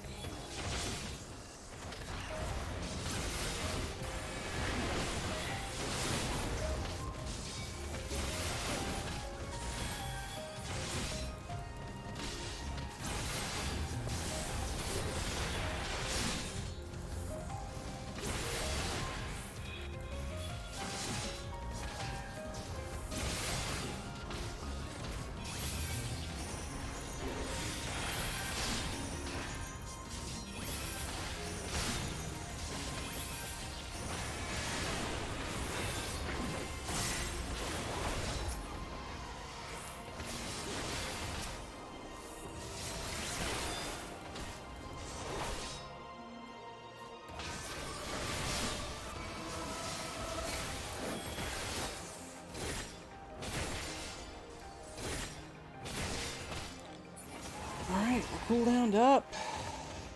So I don't think I can go farther. Maybe I can. No, I can't. Okay, this room's long. That's annoying.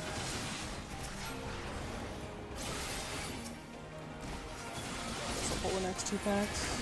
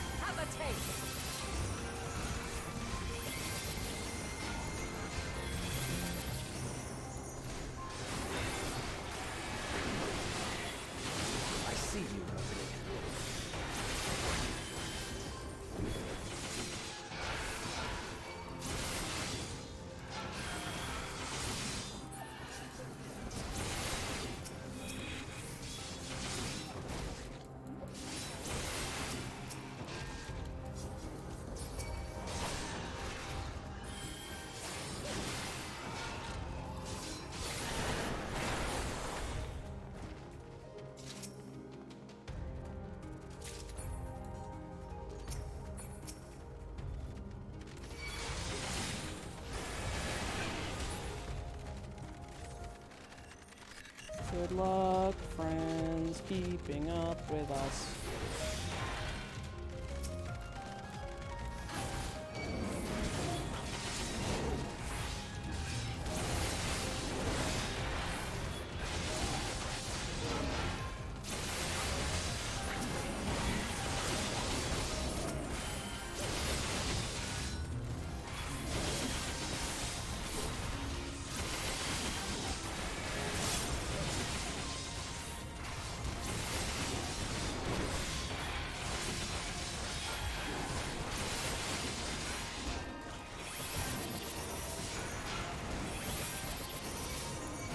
I'm not entirely useless.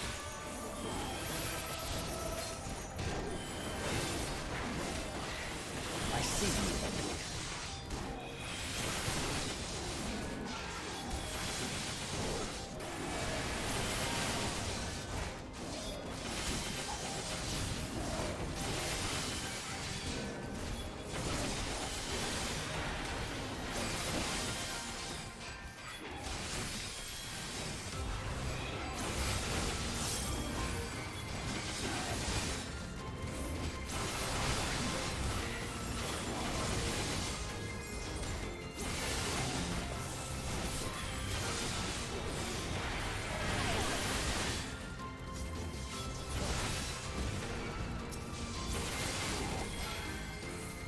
Prepare yourself!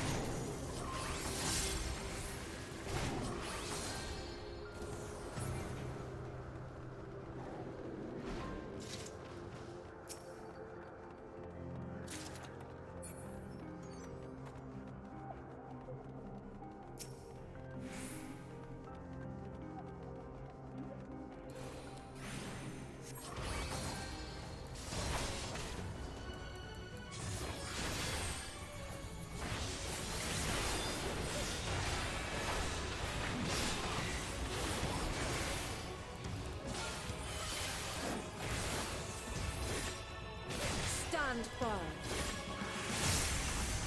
Have a taste.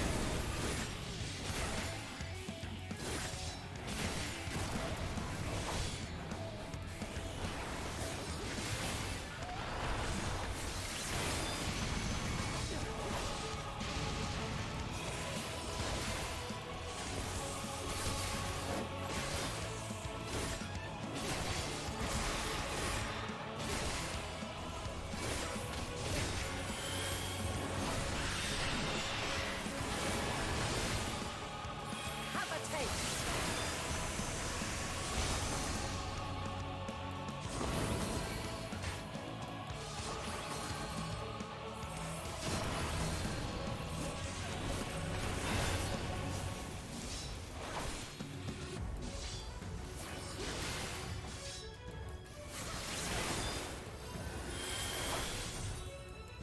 I'm not entirely useless.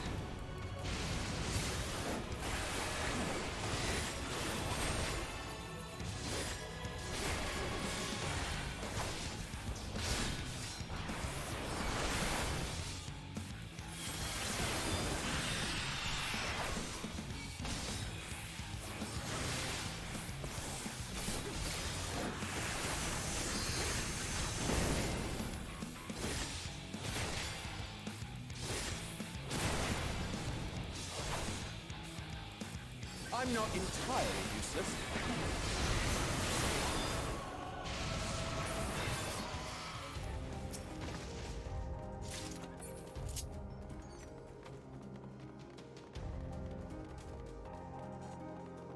Alright, we should finish this dungeon with plenty of time for the cutscenes.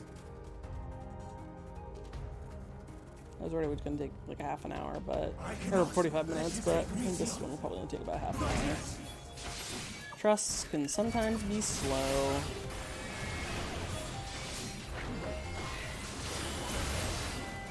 So why don't you play with real people? You can't make the NPCs fast, then you won't want to play with real people. If I use Squeenix, I'll never want to play with real people. I'm a loner. Have a taste.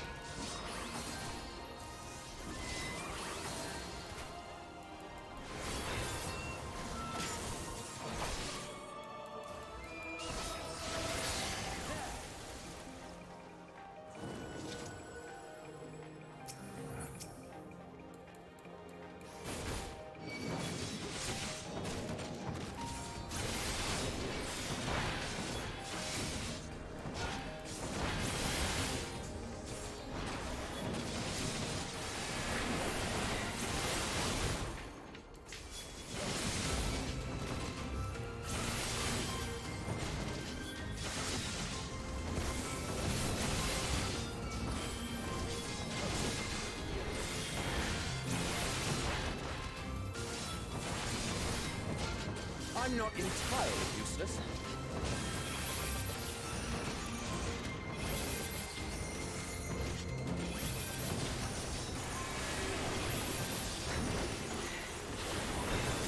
Have at you.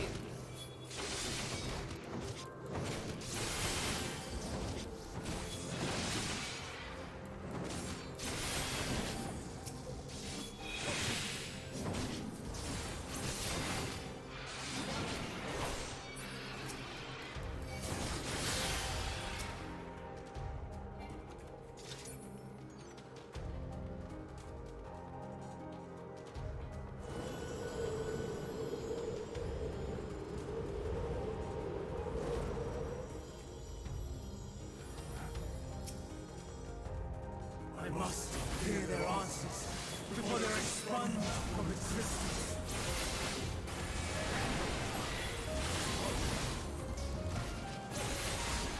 So, Hermes is worried that should Medion's answers be shared with his people will reject them and eliminate them from all reality, as if they never existed in the first place. Much as they do with a lot of things. Even Vana has, as I was talking about earlier, her own experiences with the whole way that this world thinks. Everyone expects her to return to the star because she finished her duty as Azim, but doesn't want to just go off and die. She wants to experience the world, help its people. The people of the planet are her purpose and her love.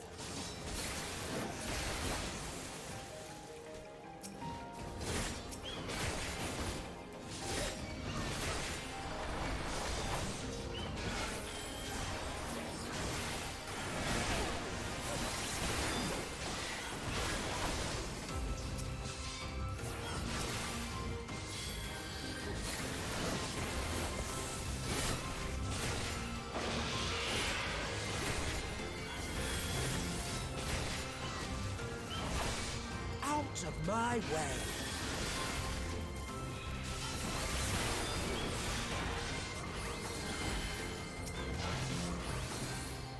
Have at you.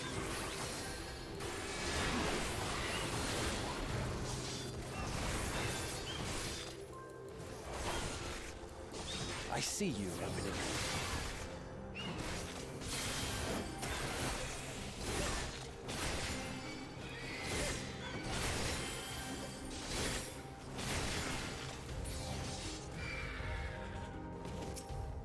Flying life forms, an introduction. The successful creation of migratory birds, which travel between continents with the seasons, came as a breath of fresh air to the long stagnant realm of flying life forms. In the end, it was a relatively simple thing to grant creatures the ability to navigate by celestial bodies, but this method lacked the precision needed to guide them to the same location each time, as would be vital to their survival. The breakthrough came in the form of magnetic fields, the use of which was discovered by the incumbent Fandaniel during his tenure as chief overseer of Elpis. A truly inspired idea that has brought lasting benefits to the star. That's the prior Fandaniel that Hermes is going to take over for. Speaking of Hermes.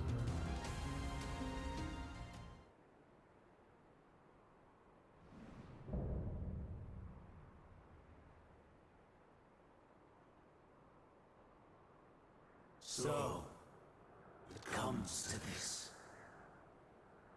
I have no wish to fight, but this time, I cannot yield. Though the world may think me a mad, desperate fool, I will hold fast to my conviction. After this boss, the story do be gonna pop off a little, as it becomes revealed why things happen the way they do.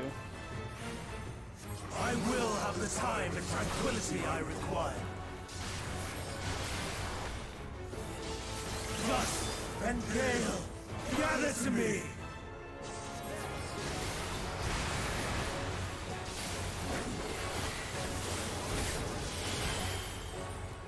Ancient brand, unleash your power!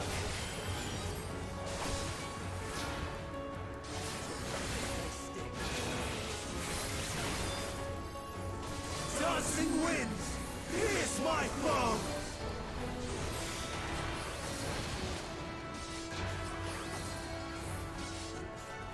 Stars on high, fall as rain!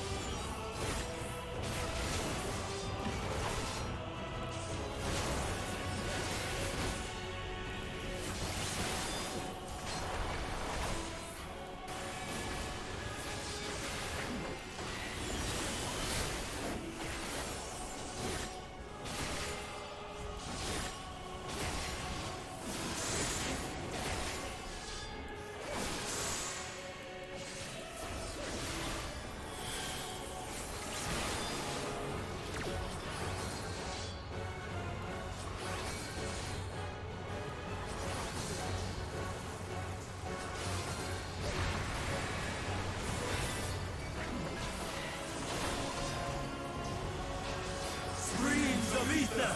Surge is one! My way.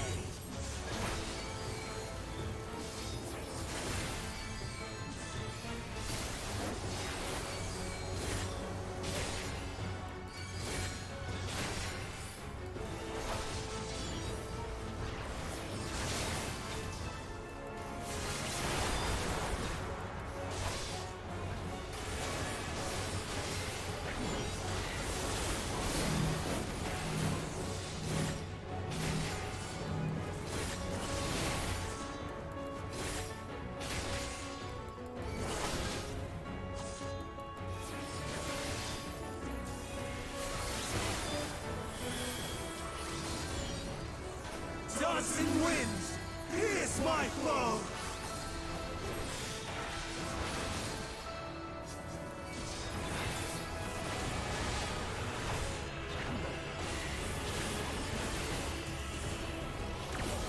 I'm not entirely useless.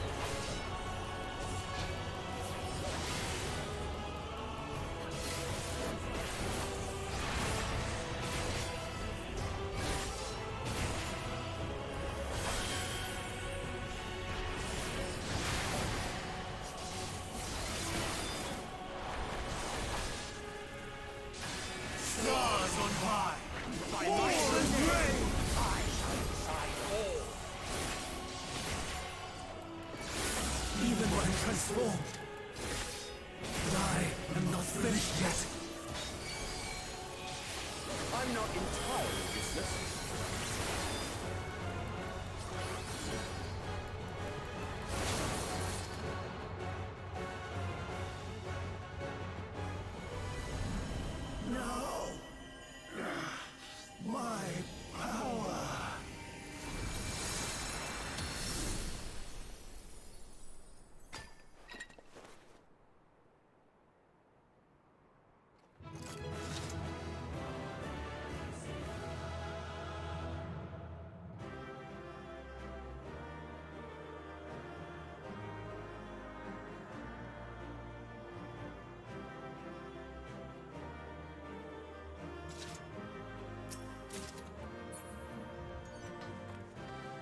Sorry, Hermes, but taking the bird. Or are we? Can I go over to her? Oh, I can. I'm sorry, Remedion. Shit's about to pop off a little bit, a lot bit. Things are about to go sideways. That's how you know it's going to be good.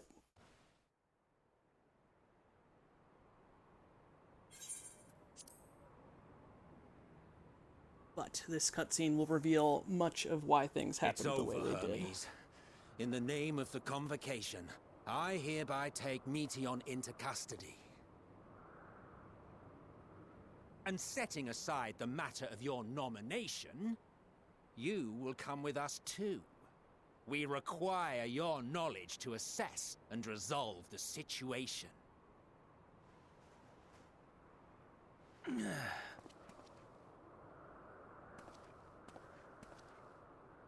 Meteion, I am so sorry. Would that I could have listened to your report in full. Reflected upon its meaning and conveyed it to others, that they might reconsider their chosen course. But I have failed, and that wish will never be realized. However, ere our fates become the province of others, I bid you tell me just one thing. Was there happiness in those distant stars? Was there a reason for living?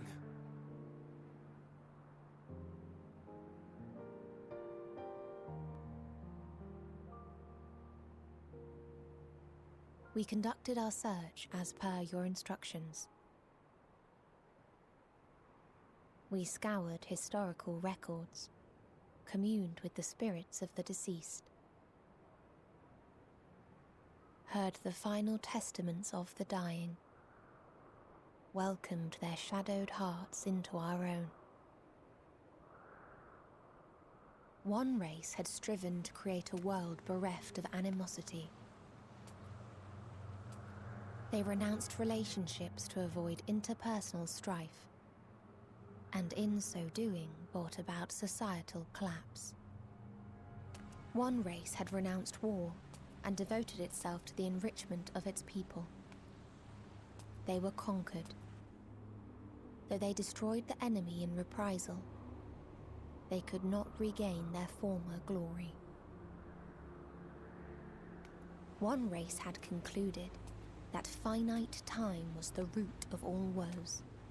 Aspiring to shatter its shackles, they went in search of infinity. They discovered nothing is infinite, and that neither time or death can be cheated. Disillusioned, they gave up on the future and themselves.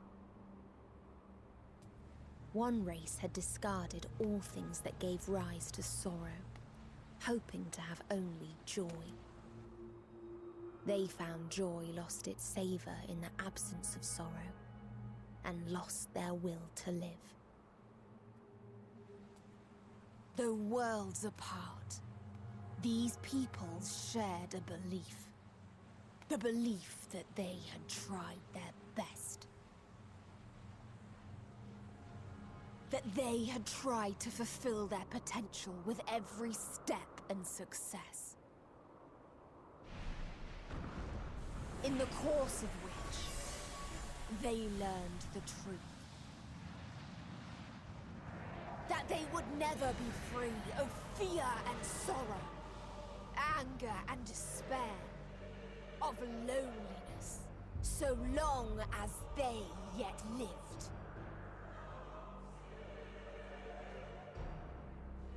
Even now their souls cry out for oblivion. And to this song of anguish, I lend my voice, we lend our voice.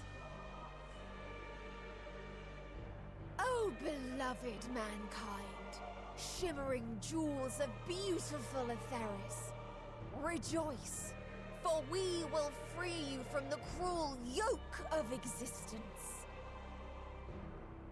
There is no need to struggle in vain, for in nihility awaits salvation. You will know peace and serenity, and it will be beautiful. We will make our nest at the edge of the universe. And there, in the dark of dead worlds, hoard sorrow and suffering. There we will sing, our chorus ever louder and ever clearer, that our song may reach even this ether-shrouded star. Such is the answer we have found in the stars. Such is the gift we now offer to Atheris.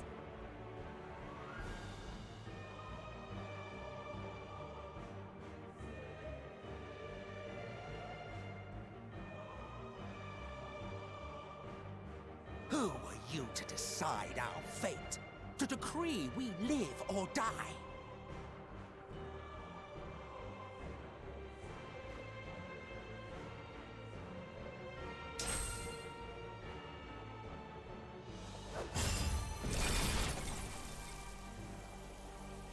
Have you lost your mind? You heard what she said. She means to destroy us all, yet you'd still take her side? In the name of the star, we have discarded those creations that we deemed flawed.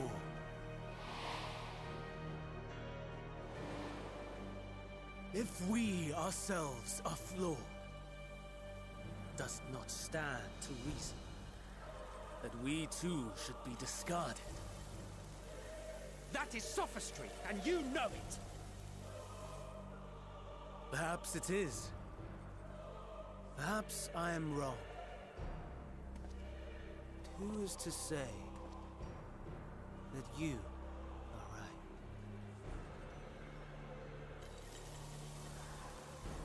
Let us settle this with a determination. In my authority as Chief Overseer of Elpis, I will make a judgment on man's fitness to exist. If he can learn to value all life and retain his will to live, even should his end be justified, he will surely find a way to avert his demise. If not, he will perish from the start. As with all determinations, provisions must be made to ensure fairness. Kairos! Awaken!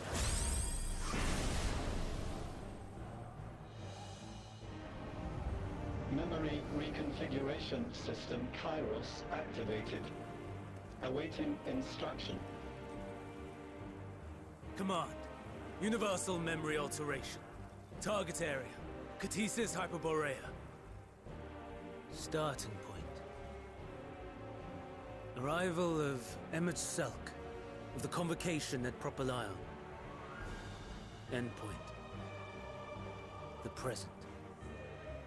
Erase the memories of all events and replace with a vague recollection of the following. I was here, preparing to demonstrate the functionality of Kairos to Emmett Selk and Hyphodeus. Meteion's shared consciousness became unstable. She and her sisters could not sustain their existence, and all dissipated with a burst. The resultant shockwave accidentally triggered Kairos, which erased several days of memories from all present. Execute.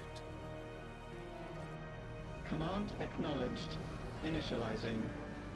3 processes remaining to execution. Bravo.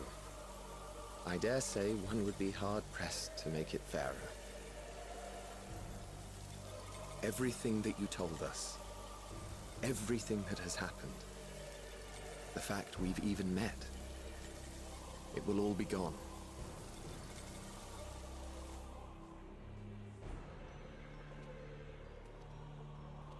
Go, Meteion.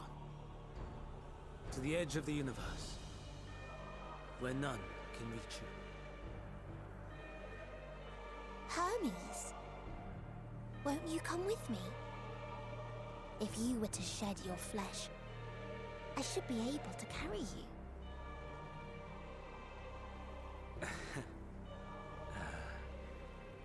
I will remain. As a man, I will oppose the oblivion you bring. Silly fool. Had you said yes, I would have granted you the gentlest end.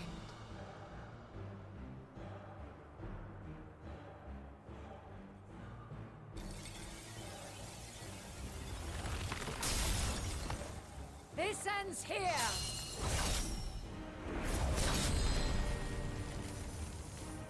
Fly, Meteion!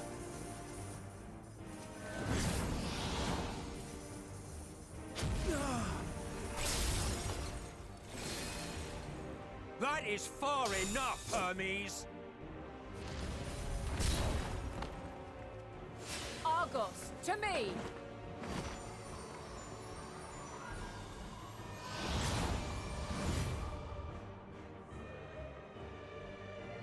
First process complete. 2 remaining to execution of memory reconfiguration. As if we needed more pressure. No matter what, you cannot forget what happened today. For it is the key to saving your future. Your world. This fight is our fight. What comes after, our problem to contend with. Not yours. No. Your own struggle awaits. And no one else can take your place. You must flee this place with your memories intact. And I will see that you do. Now then, where is it? There you are, my little confluence.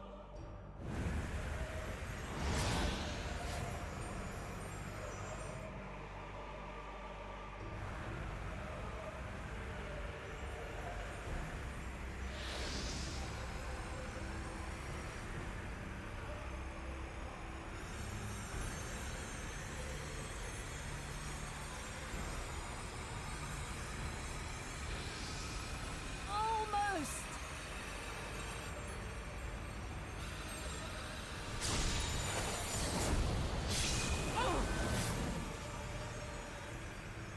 Very well, then.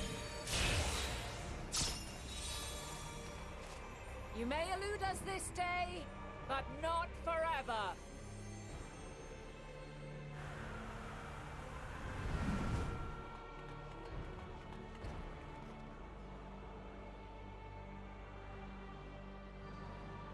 Meteion's gotten away.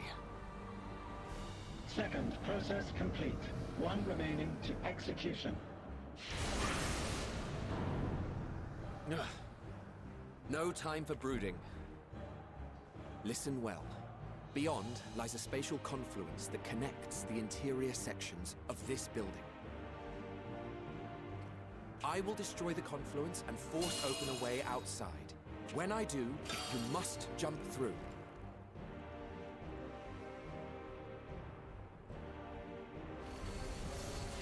I cannot tell you how sorry I am.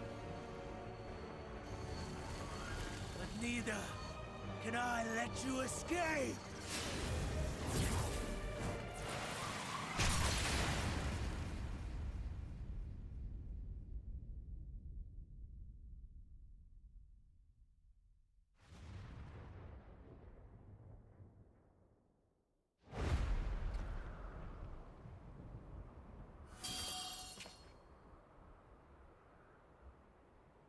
Too brave by half.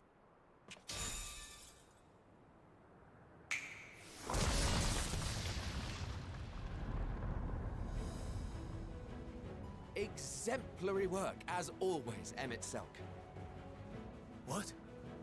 But how? I thought the confluence was... over... Over there? Yes. We were rather hoping you would. It was never anywhere but where it is now. The instant those two began making their way towards nothing, 'twas clear the plan was a diversion. I'm quite incapable of destroying a confluence, I must confess. A gambit brazen beyond words. Though we've grown accustomed to reckless improvision due to the antics of an incorrigible associate. Though, in the case of certain present company, incorrigible is an understatement. Honestly, I'm beginning to suspect it's a requirement for every Azen.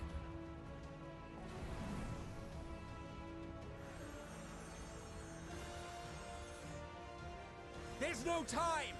Quickly! Even now, I do not believe your tale. I would not suffer us to walk such a wretched path. Still, if it must be said, do not squander it. The legacy I leave you.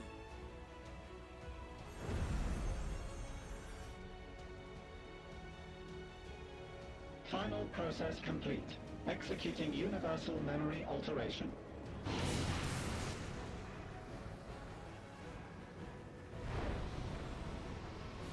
Go, Argos!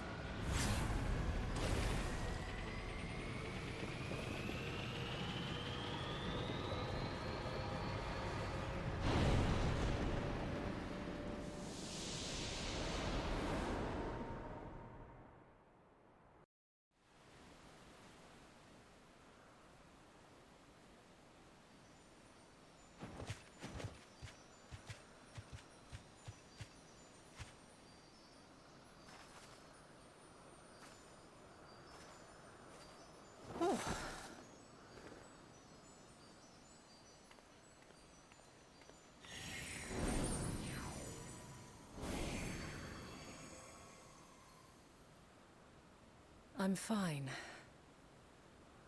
Just a little tired.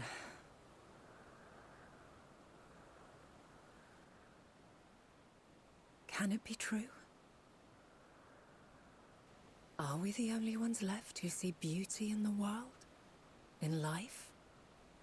Are the stars above no more than husks of fallen civilizations?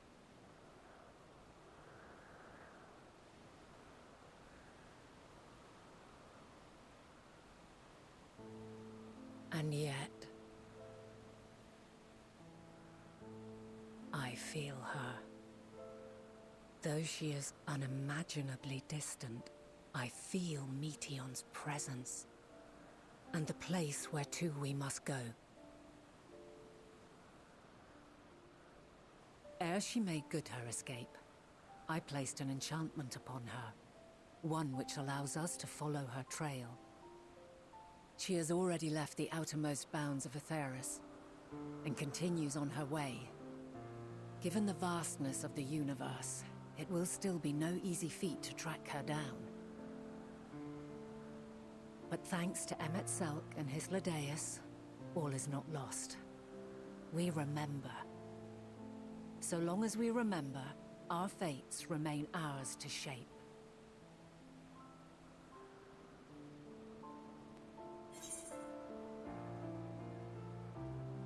What became of the others, I wonder?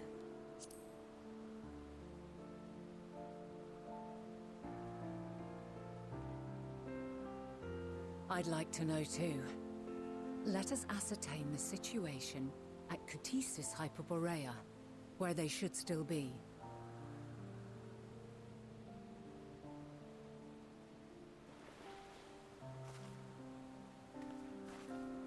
Given the likely state of their memories, however, it would be imprudent for us to approach them directly. In which case...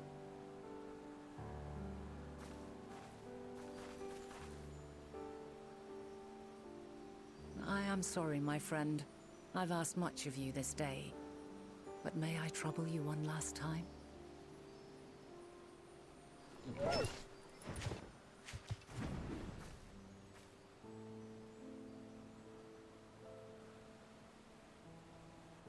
Argos will investigate in our stead. We will share in his consciousness and see and hear as if we were with him. Now, close your eyes and open your mind.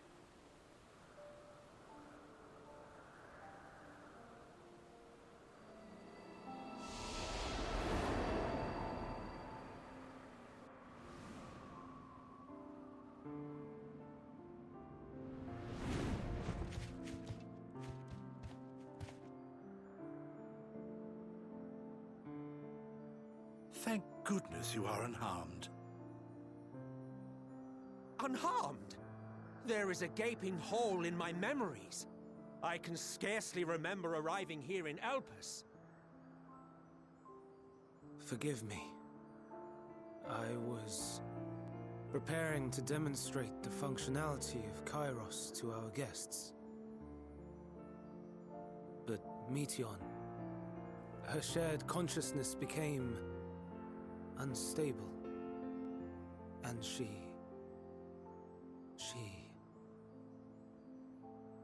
So, that's what prompted the state of alert. And when you went to investigate, you were caught in Kairos's accidental operation.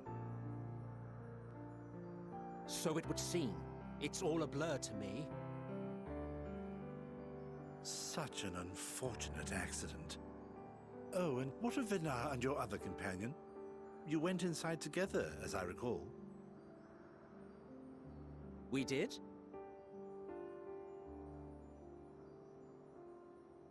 If Vinar was with us, I have no recollection of it. But that there is her familiar, is it not? The fellow seems happy enough, so I think it's safe to assume his mistress as well.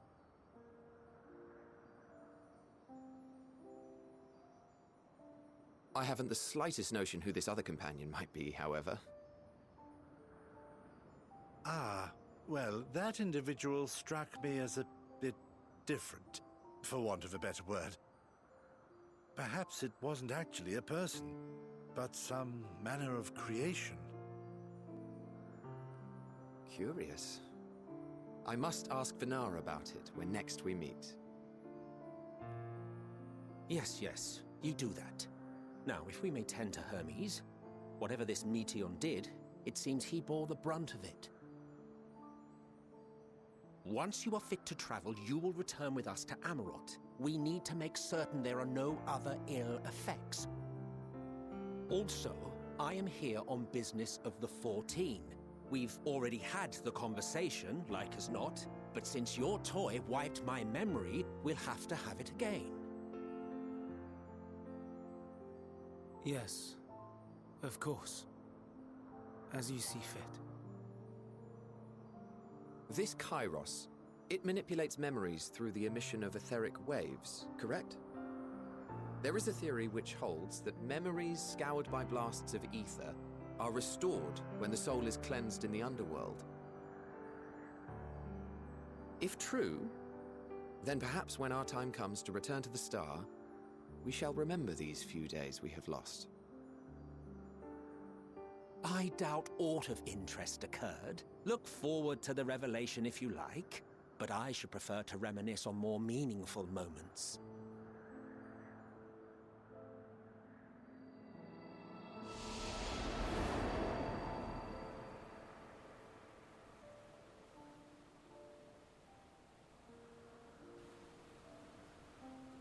Let us rest, if only for a while.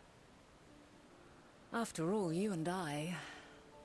Oh, we still have a long, long way to go.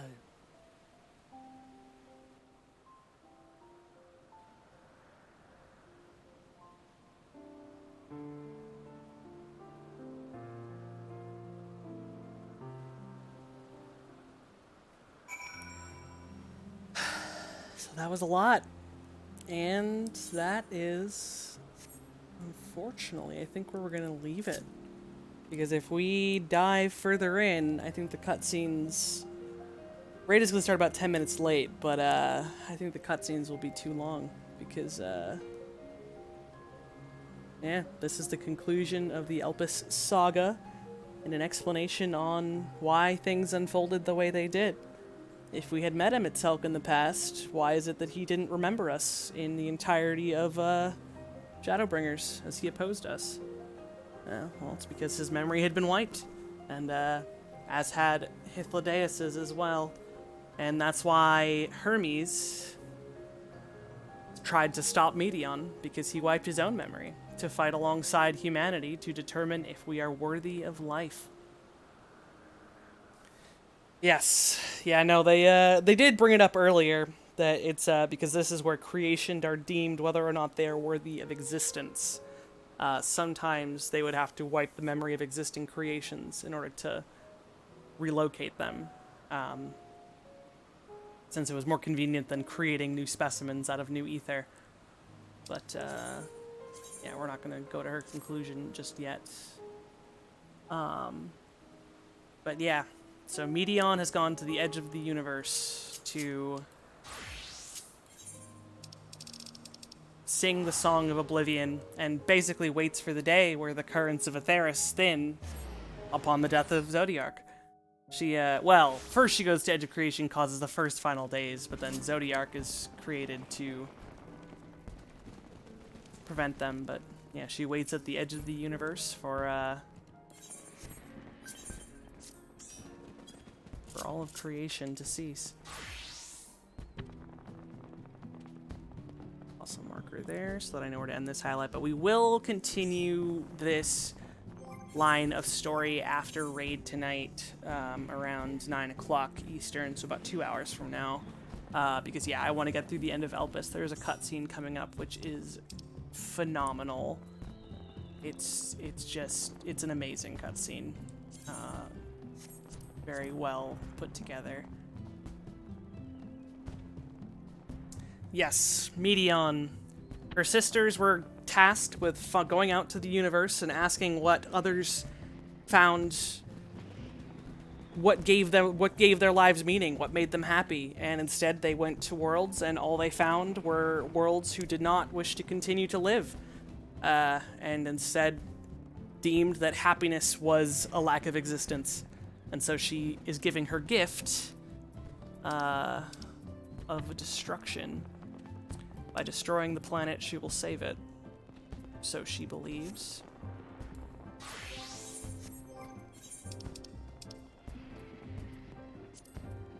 Man does not deserve to live.